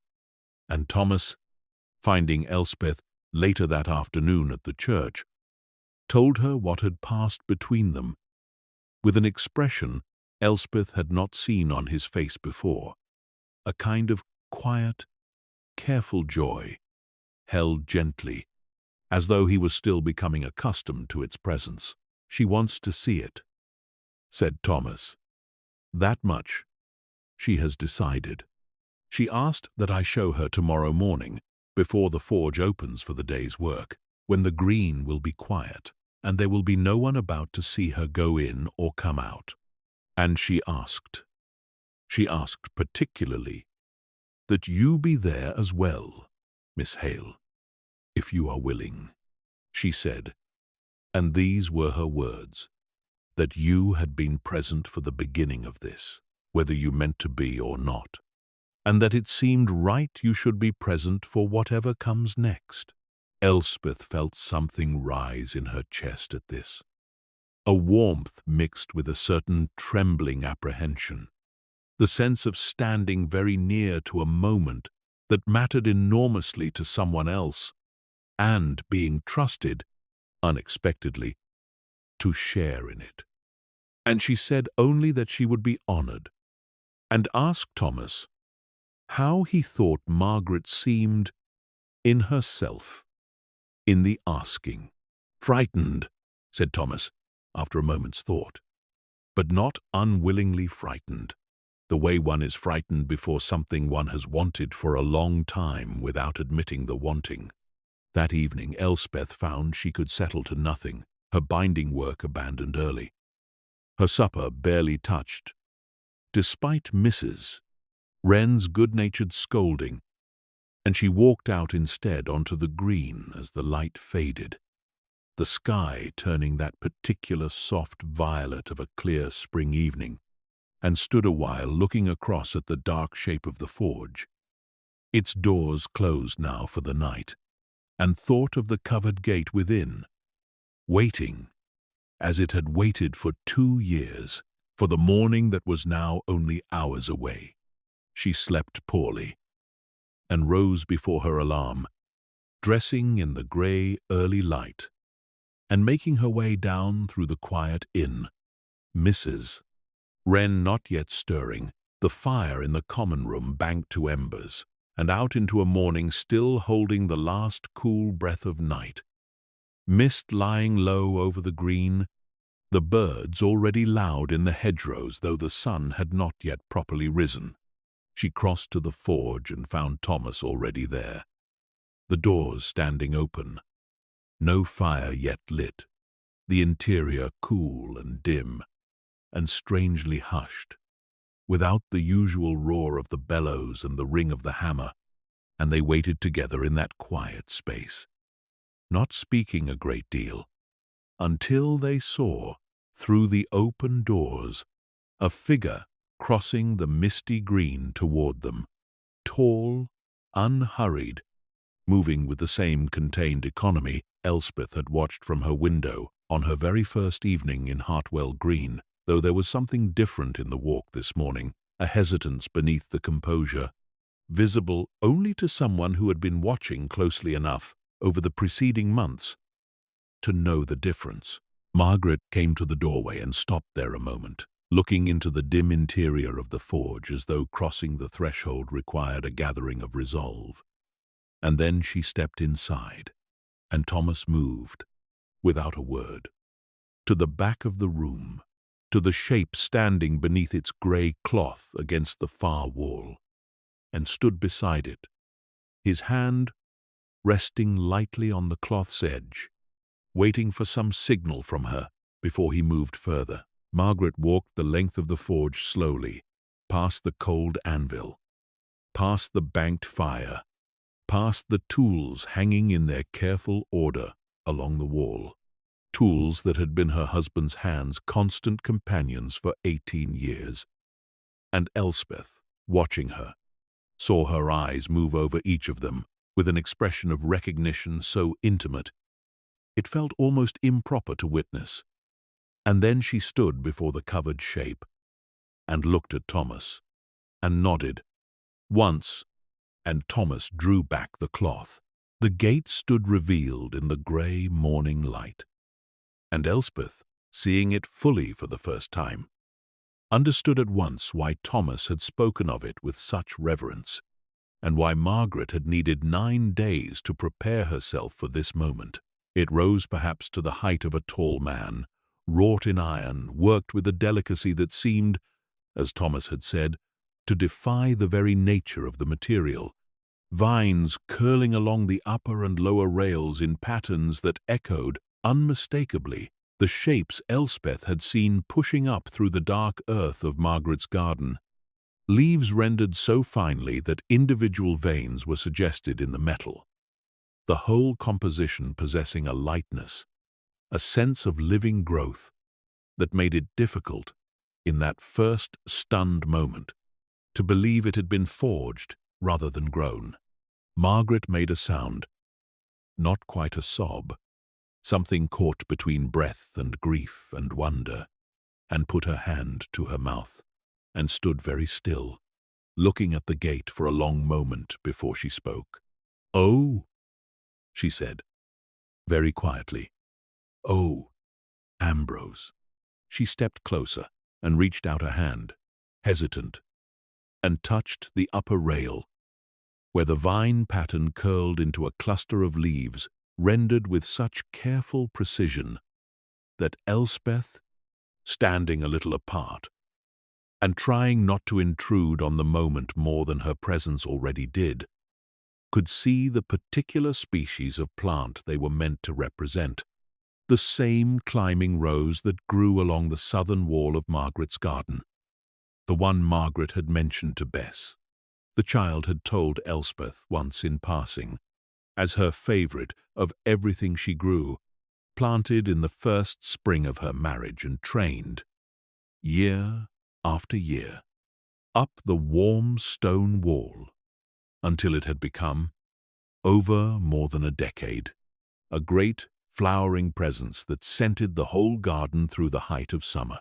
"He was making my roses," said Margaret, her fingers tracing the iron leaves with a tenderness that made Elspeth's own eyes sting. "He must have watched them for months to get the shape of the growth so exactly right. He never said a word to me about it. I never saw him sketching them, though he must have done, in secret, some evening when he thought I was occupied elsewhere." "He kept a workbook," said Thomas, quietly. "I found it after, full of drawings of the garden, done in the evenings, I think, from memory or from glimpses through the window, while he thought you were not watching. I have it still, if you would like to see it."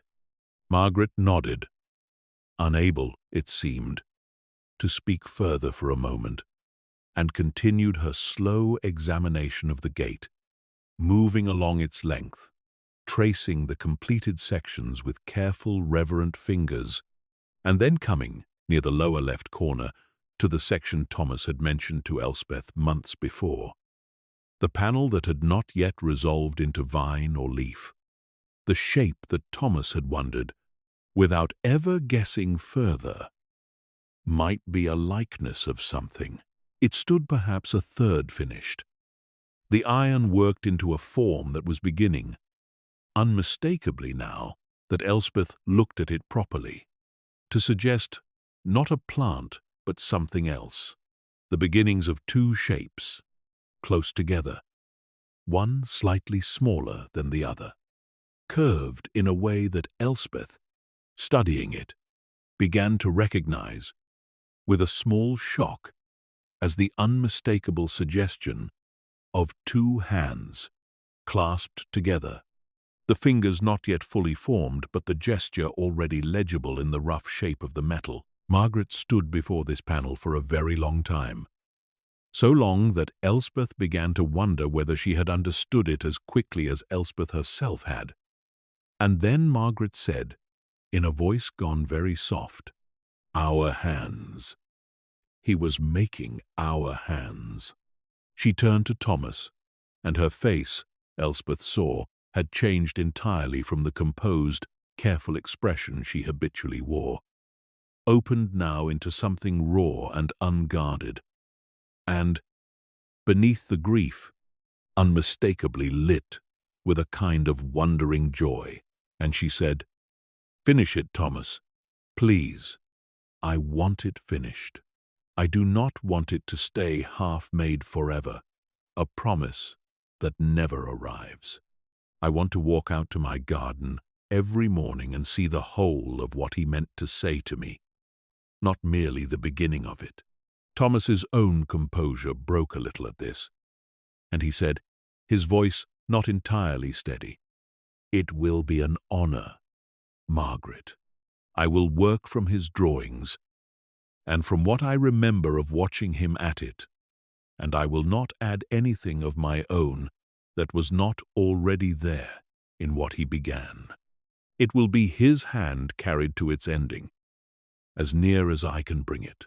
That is all I could ask," said Margaret, and reached out and took Thomas's hand, briefly, and pressed it, a gesture of gratitude that seemed to carry in it also some measure of the trust that had built quietly between the widow and the apprentice over 2 years of careful mutual restraint. And then she turned to Elspeth and said, "You knew before I did that I wanted this. I am grateful you did not simply tell me so, and instead found a way to let me discover it for myself." Elspeth, feeling the full weight of the morning settle over her, said only that she had done very little, that the true credit belonged to Thomas for his patience and his care, and to Margaret herself for having the courage to look when the moment finally came. And Margaret shook her head slightly, a small private smile touching her mouth for the first time that morning, and said that she suspected Elspeth had done rather more than she was willing to claim, but that she would not press the point, and that instead she would like, very much, if it would not be too great an imposition, for the two of them to come to supper at her cottage the following evening, so that she might thank them properly, away from the particular charged atmosphere of the forge. And both Elspeth and Thomas agreed at once. And the morning, having reached its natural conclusion, softened into something quieter, the three of them standing together a while longer in the cool, dim forge, looking at the gate in its unfinished state, understanding that they had witnessed, together, the turning point of a story that had been holding its breath for 2 years, and that from this morning forward, the story would begin, at last, to move again.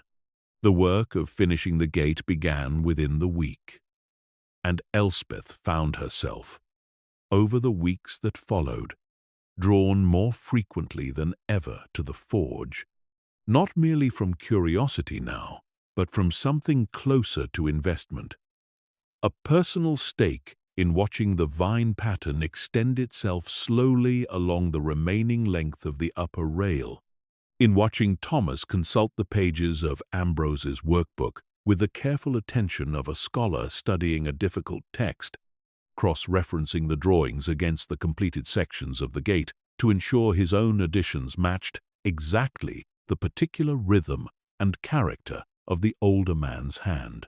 It was slow work, slower than the ordinary commissions that still demanded Thomas's attention through the days, the fire tools and hinges and horseshoes that kept the forge, and Thomas himself fed, and so the gate progressed in stolen hours, much as it had under Ambrose's own care, evenings and early mornings, and the odd quiet hour between other tasks.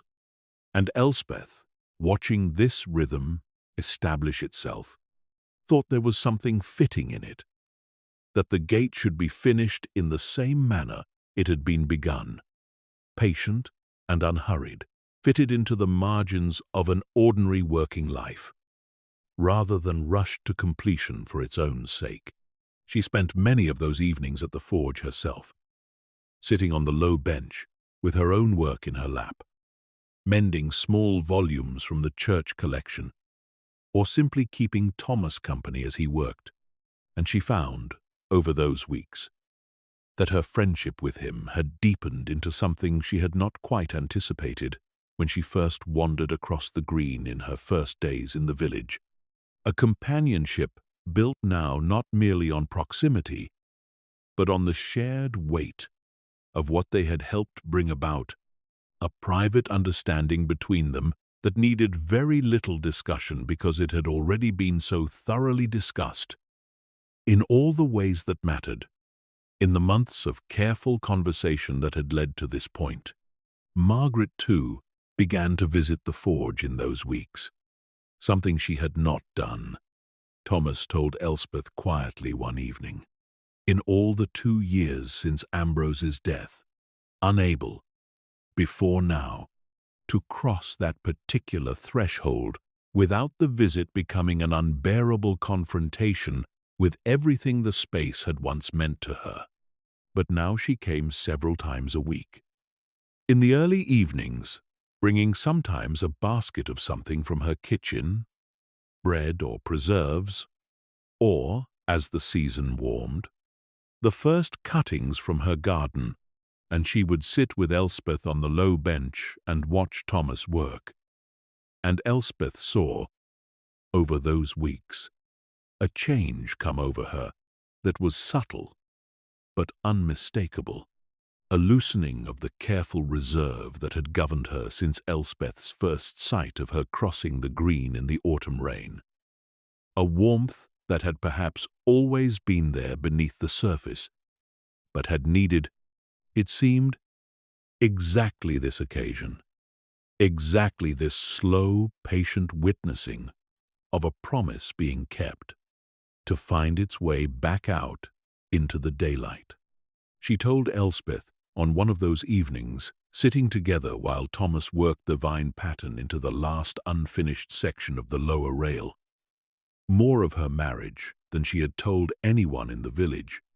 Elspeth suspected, in the whole of the 2 years since Ambrose's death, stories of small, ordinary happiness, the way he had teased her, gently, about her devotion to the garden, calling it, with evident affection, her own forge, the way she tended her plants with the same patient, exacting care he brought to his iron, the way they had spent their evenings, often in a companionable silence, not unlike the one Elspeth now shared with Thomas, each absorbed in a private task, content simply in the other's presence, the way he had, every year on the morning of their wedding anniversary, without fail, without ever once forgetting, brought her a single stem of whatever flower was blooming that particular week in her own garden, cut and arranged with a care that seemed almost comic in a man whose hands were more accustomed to hammer and tongs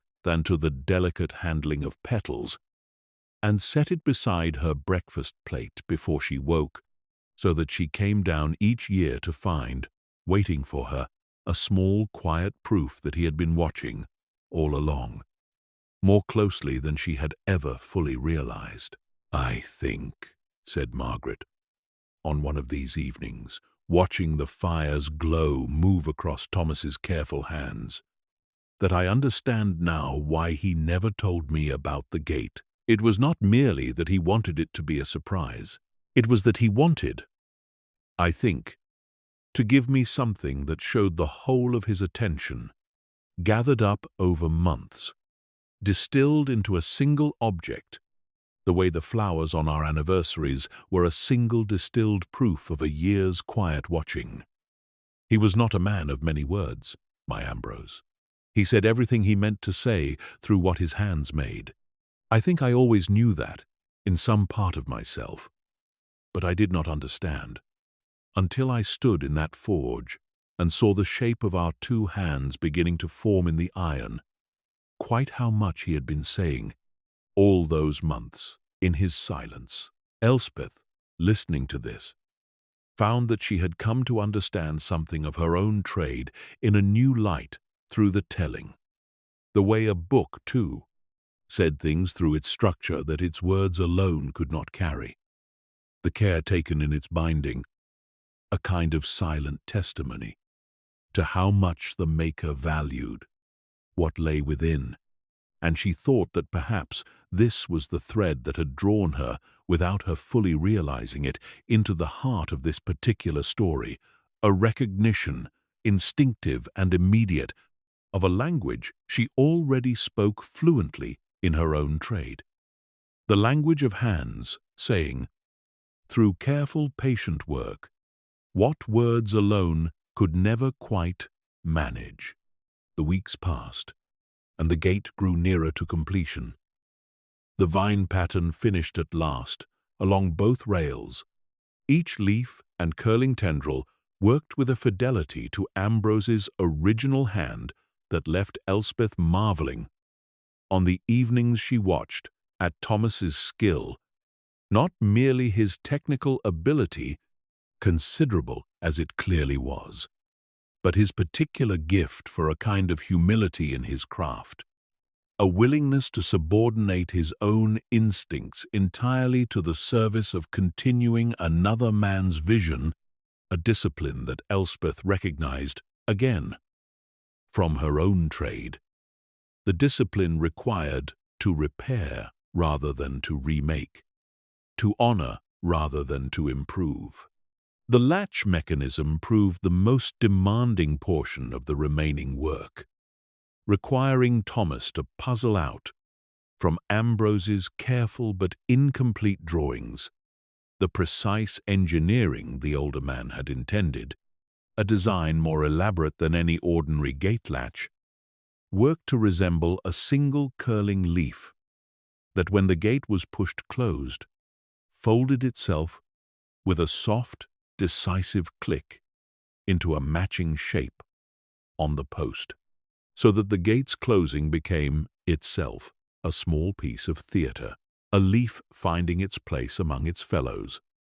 And Thomas spent the better part of 2 weeks on this mechanism alone, testing and adjusting, consulting the drawings again and again, and Elspeth watched him work through this difficult stretch with an admiration that had, by then, grown into something she did not examine too closely, aware only that her evenings at the forge had become, over the passing months, the part of each day she most looked forward to, and that the pleasure she took in watching Thomas work, and in the easy, quiet conversation that flowed between them in the pauses of his labor, had become something rather more particular than simple friendship, though neither of them, in the midst of the larger and more urgent story unfolding around the gate, had yet found occasion or courage to name it.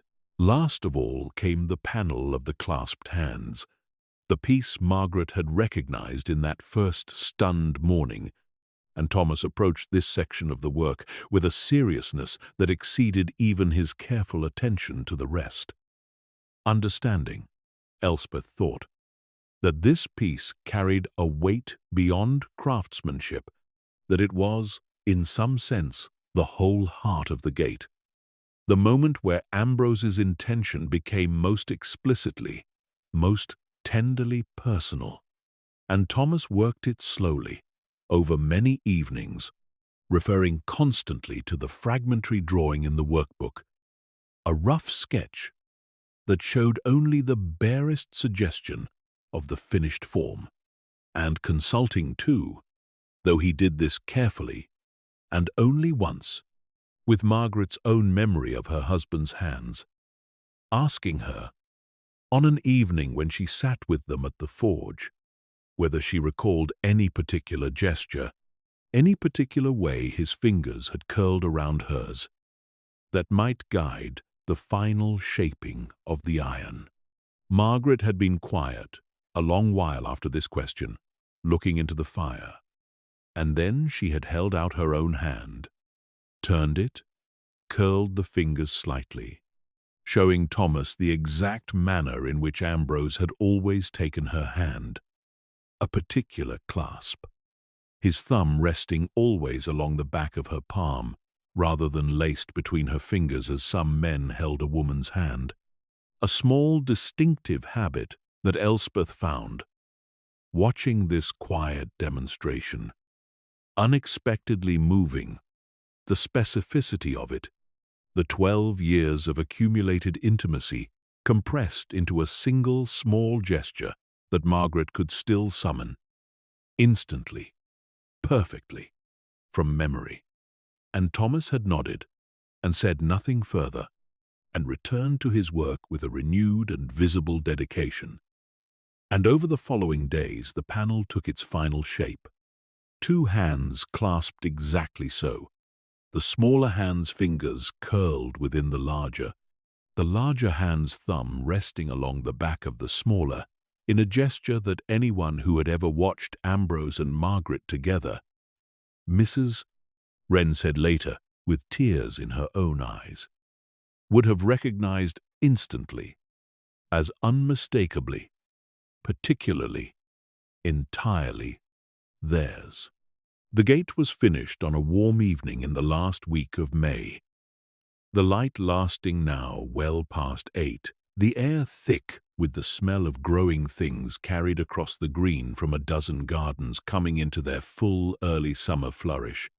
And Thomas worked the final details of the latch mechanism with Elspeth and Margaret both present, neither speaking a great deal, the forge quiet around them but for the small sounds of his tools. And when at last he set down his hammer and stepped back, and the 3 of them stood together looking at the whole completed work, the vines curling along both rails, the leaves rendered with their impossible delicate precision, the clasped hands resting at the base like a signature, like the final word of a long letter finally, after 2 years, brought to its close. No one spoke for a long moment, and then Margaret, very quietly, said, "He would be so pleased with you, Thomas, with the both of you." They did not install the gate immediately.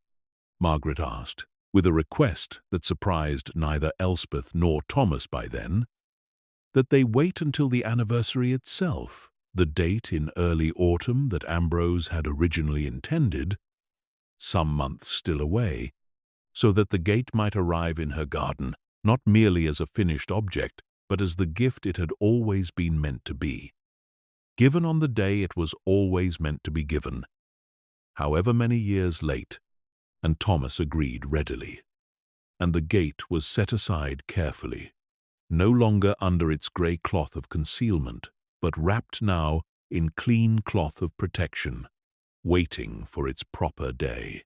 The summer that followed unfolded in Hartwell Green, with the particular unhurried richness of a season the village had earned through a long, hard winter. The fields beyond the hedgerows filling with grain, the gardens heavy with produce, the long, light evenings drawing the whole village out onto the green after supper to sit and talk and watch the children play in the lingering gold light. And Elspeth found herself, through those warm months, settling into the village in a way that went well beyond her original modest expectation of a season's work on the church collection. She had finished the most urgent of the damaged volumes by midsummer, and Miss Pryor, delighted with her work and increasingly reluctant to see her go, had begun gently suggesting that she might consider staying on, perhaps taking on the training of some village child with an aptitude for careful work, so that the trade might be kept alive locally rather than lost again to neglect once she moved on to wherever her travels next carried her. Elspeth found, turning this suggestion over through the long, warm evenings, that she did not, in fact, particularly want to move on.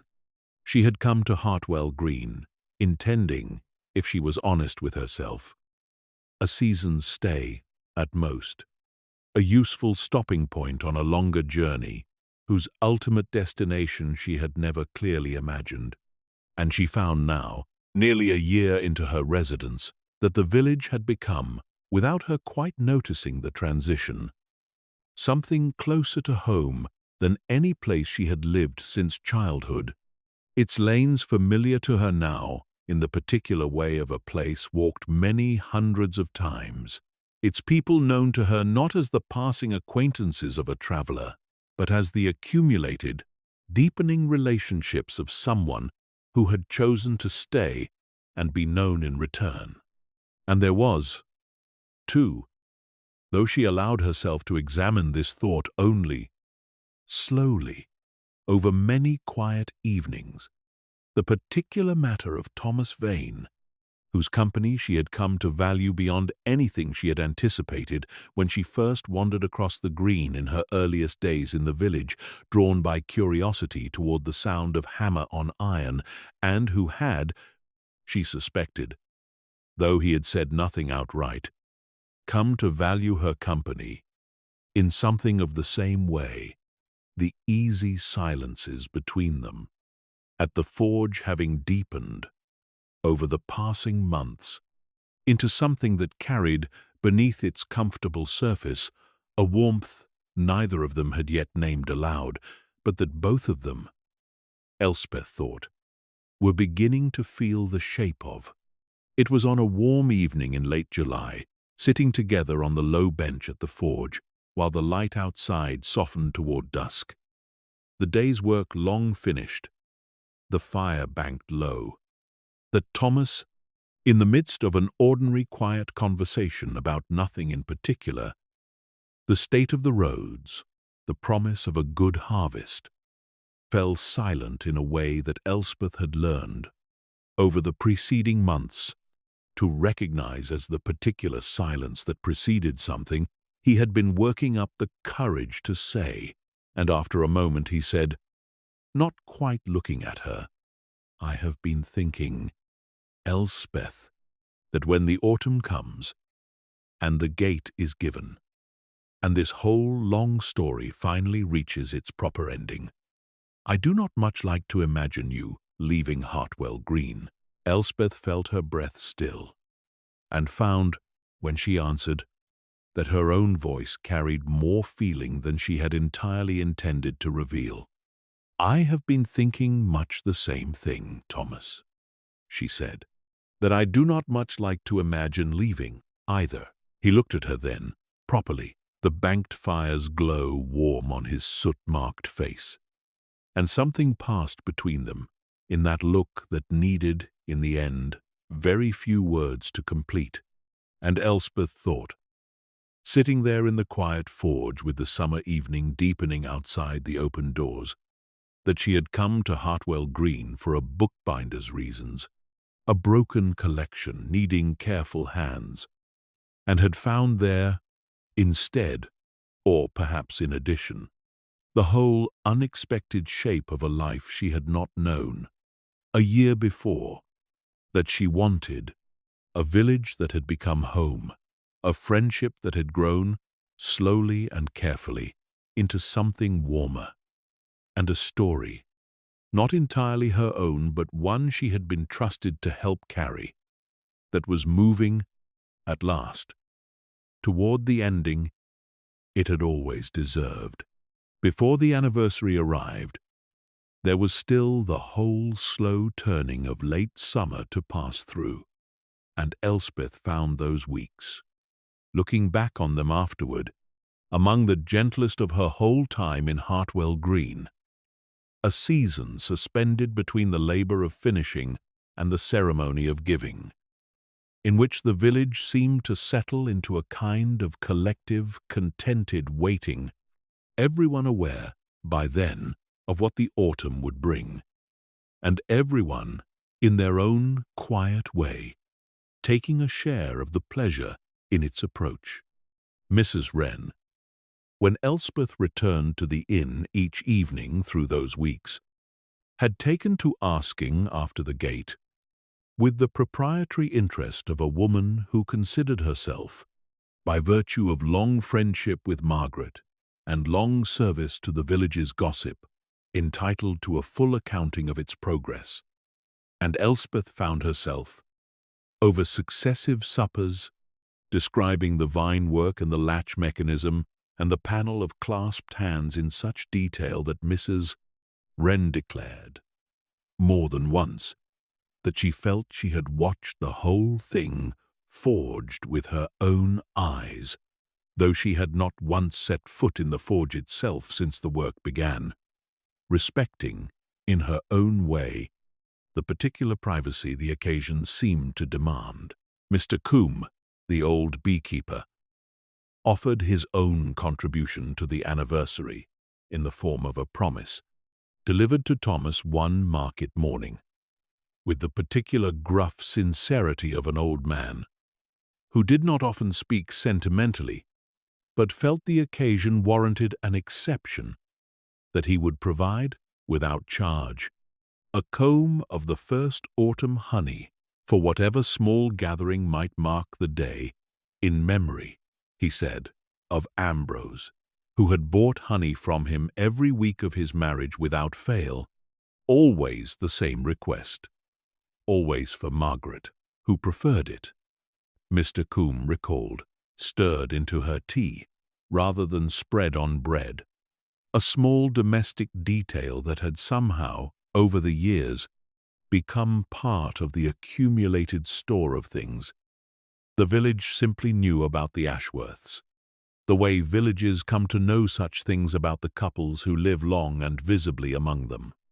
The children, too, took their own interest in the approaching day, Bess chief among them, having appointed herself, over the course of that year, something of an unofficial herald of the whole story, reporting to Elspeth with breathless regularity whatever fragments of information she had gathered from adults who ought, perhaps, to have been more careful about what they said within her hearing, and it was Bess who informed Elspeth, with great solemnity, one warm evening in late August, that she and several of the other children had been practicing a song, taught to them by the schoolmistress, that they intended to sing outside the garden wall on the morning the gate was installed, not intruding into the ceremony itself.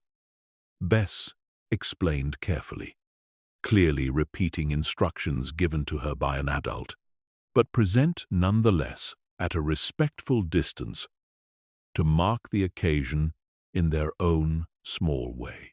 Elspeth found, hearing this, that her eyes had gone unexpectedly damp, and she thought, walking back to the inn that evening through the soft gold light of late summer, of how thoroughly the story had become, not merely Margaret's or Thomas's or her own, but the whole village's, carried collectively now in 100 small gestures of care.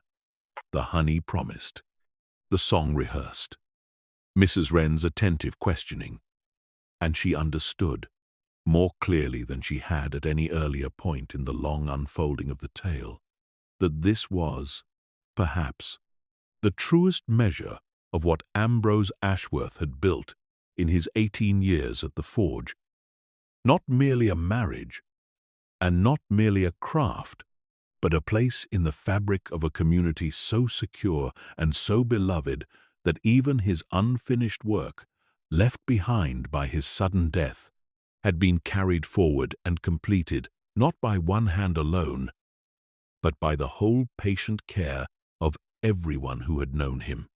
She spent much of that final stretch of summer, too, in her own quiet reckoning with the changes that had come over her own life in the course of the year, sitting some evenings at her window under the eaves of the inn, looking out over the green toward the dark shape of the forge, thinking of the restlessness that had carried her out of the city more than a year before, the sense of a room with its windows painted shut, and finding that the restlessness had gone entirely quiet in her now, replaced by something she had not expected to find so completely, a settled certainty that she had arrived, without quite intending it, exactly where she was meant to be, doing exactly the work she was suited to do, among people who had come, over the slow accumulation of shared seasons, to feel like her own. She wrote to her old master in the city that August, at last finding the words she had been unable to find through the winter, not to ask his counsel on the ethics of finishing another's work, the question having long since resolved itself in the living answer of the gate's completion, but simply to tell him that she had found a permanent place for her trade, that the church collection had grown into a proper workshop, that she had taken on her first apprentice, a solemn, careful girl of 13, with steady hands and an evident love of books, and that she intended to remain in Hartwell Green, she believed, for the whole of her working life, a sentence she found herself writing with more certainty than she had expected to feel, and reading over afterward with a small private satisfaction, as though the words themselves had confirmed something she had only half known until she saw it set down in her own hand.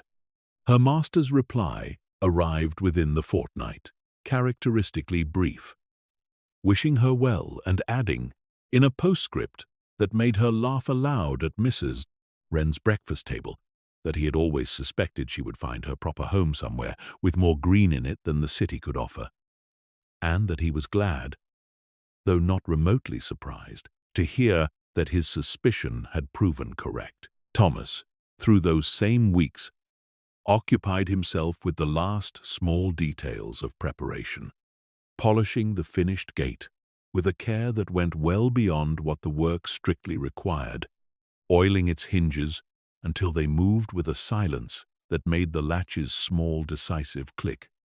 When it came, all the more distinct, and consulting, more than once, with Margaret herself, about the precise hour of the morning Ambrose had always chosen for his anniversary gifts, wanting, Elspeth understood, to honor not merely the object of the gift but its exact timing, the particular ritual quality Ambrose had built around the occasion year after year, so that the giving of the gate, when it finally came, would answer as closely as possible to the shape of every anniversary that had come before it. Margaret herself, in those final weeks, seemed to Elspeth to move through the village with a lightness she had not carried in all the months since their first meeting at the Prior's Sunday dinner, still recognizably herself, still carrying her particular quiet reserve, but visibly,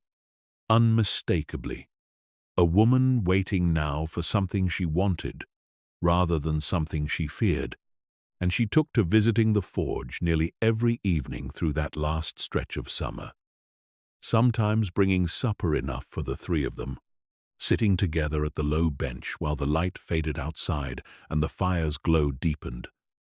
The three of them talking, on those evenings, of everything and nothing, the harvest, the children's approaching song, the particular sweetness of that year's honey, and Elspeth found, watching Margaret in those relaxed, unguarded hours, that she had come to think of her not merely as the subject of a story she had helped complete, but as a friend in her own right, someone whose company she valued for its own sake, quite apart from the gate or the grief, or the long, slow unfolding of the tale that had first drawn them together.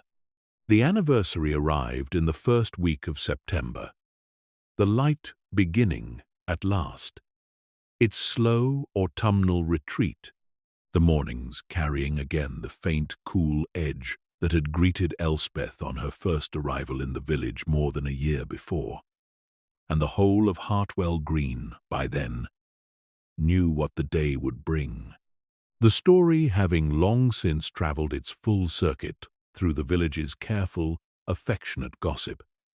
And though Margaret had asked for no grand occasion, only the quiet installation of the gate at the hour when Ambrose would have chosen to give it to her, the village gathered anyway, in the way villages do, along the lane and at the edges of the green, not intruding into the garden itself, but present, quietly, in witness, as Thomas and two of the farm men he had enlisted for the heavier lifting carried the finished gate across the green in the soft gold light of the early morning and set it into place at the entrance to Margaret's garden, replacing the plain wooden gate that had stood there, ordinary and unremarked, through every season of her marriage and every season of her widowhood since.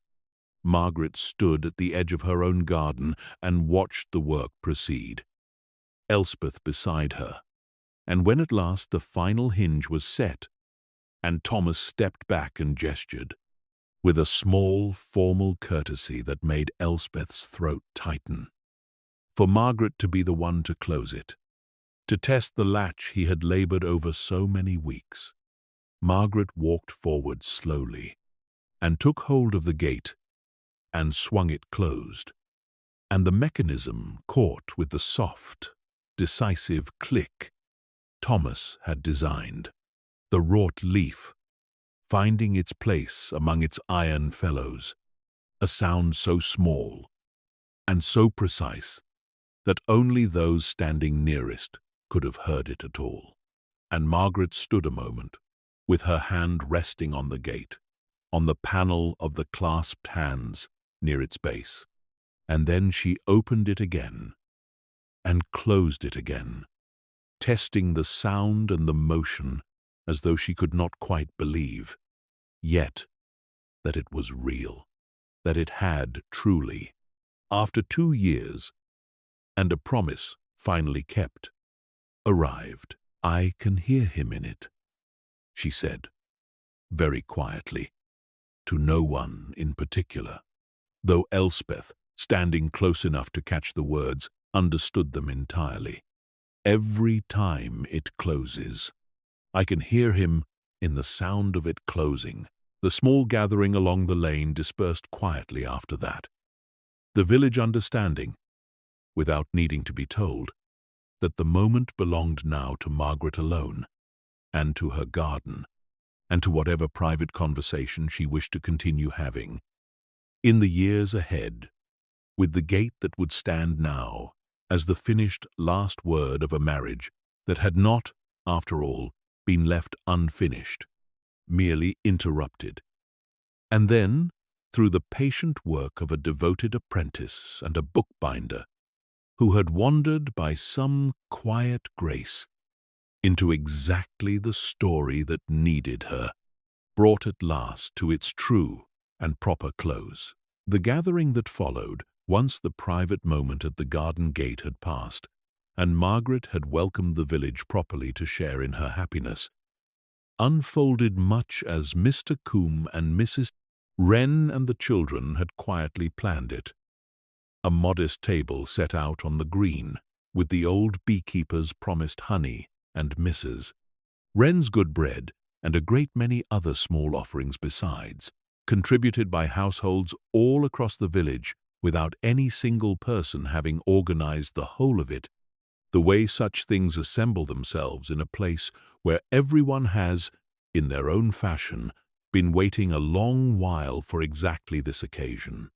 Bess and her small chorus of children sang their rehearsed song at a respectful distance from the garden wall, a simple old tune about a returning harvest that none of the adults present could have named with any certainty, but that everyone found, nonetheless, entirely fitting, and Margaret stood listening to it with Thomas on one side of her and Elspeth on the other, her hand still resting, every so often, on the gate behind her, as though she could not quite bring herself to move far from it on this first day of its true belonging to her garden.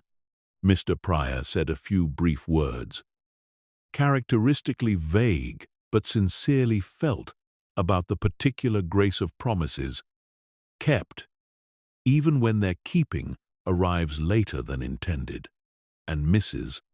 Wren, not to be outdone, delivered her own small speech, considerably less brief, about the whole history of the Ashworths in the village, delivered with such evident affection that even those who had heard fragments of the story many times before found themselves moved afresh by the hearing of it whole.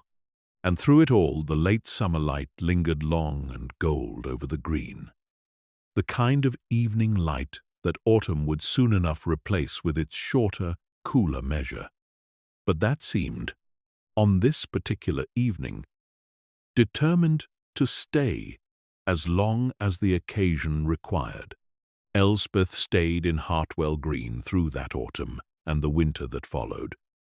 And through the many autumns and winters after, the church collection expanded, in time, into a proper small workshop where she trained, as Mr. Pryor had once hoped, first one village child and then another in the careful, patient trade of bookbinding.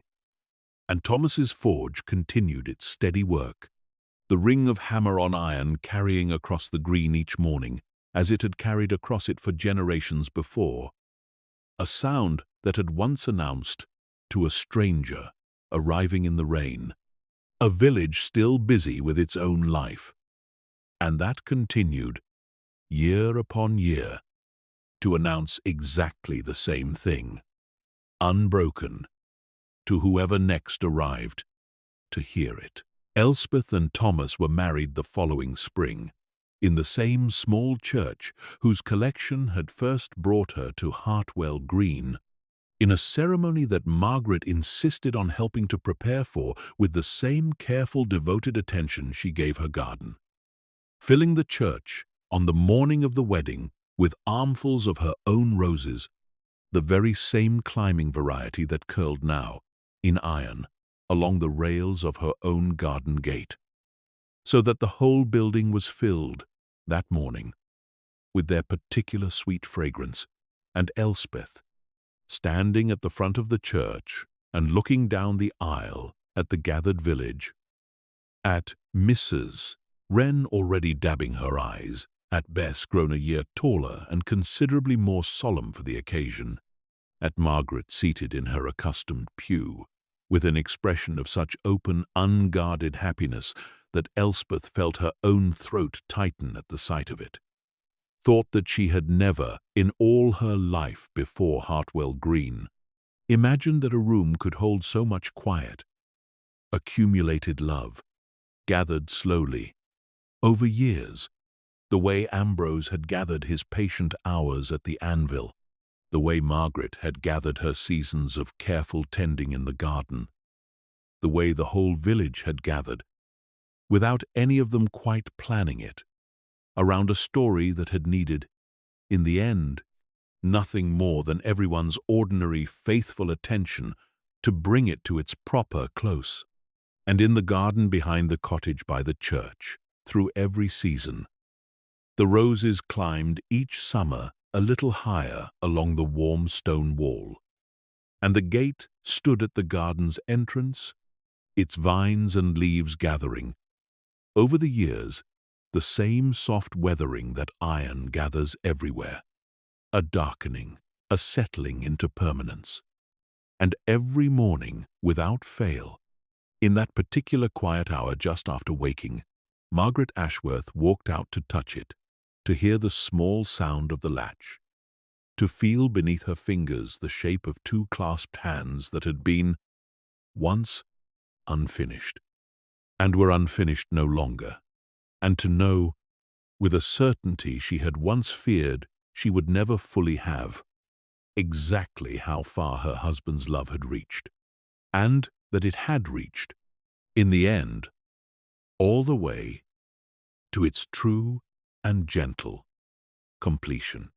Margaret never remarried, though she lived a long, full life in Hartwell Green, watching Elspeth and Thomas's own family grow up half in the forge and half in the bookbinder's workshop, a boy and then a girl who called her, without any prompting from their parents, simply Aunt Margaret, and who grew up believing, quite reasonably, that the gate at the bottom of her garden had always been there, exactly as it stood, never knowing the long story of its 2-year silence, unless someone thought, on some quiet evening, to tell them, which someone eventually always did, because it was, by then, simply one of the stories the village told, gathered in, among all its other stories, the tale of the smith who loved his wife so thoroughly that even death could not entirely prevent him from finishing what he meant to give her, carried forward by the patient hands of those who loved them both enough to see the promise through.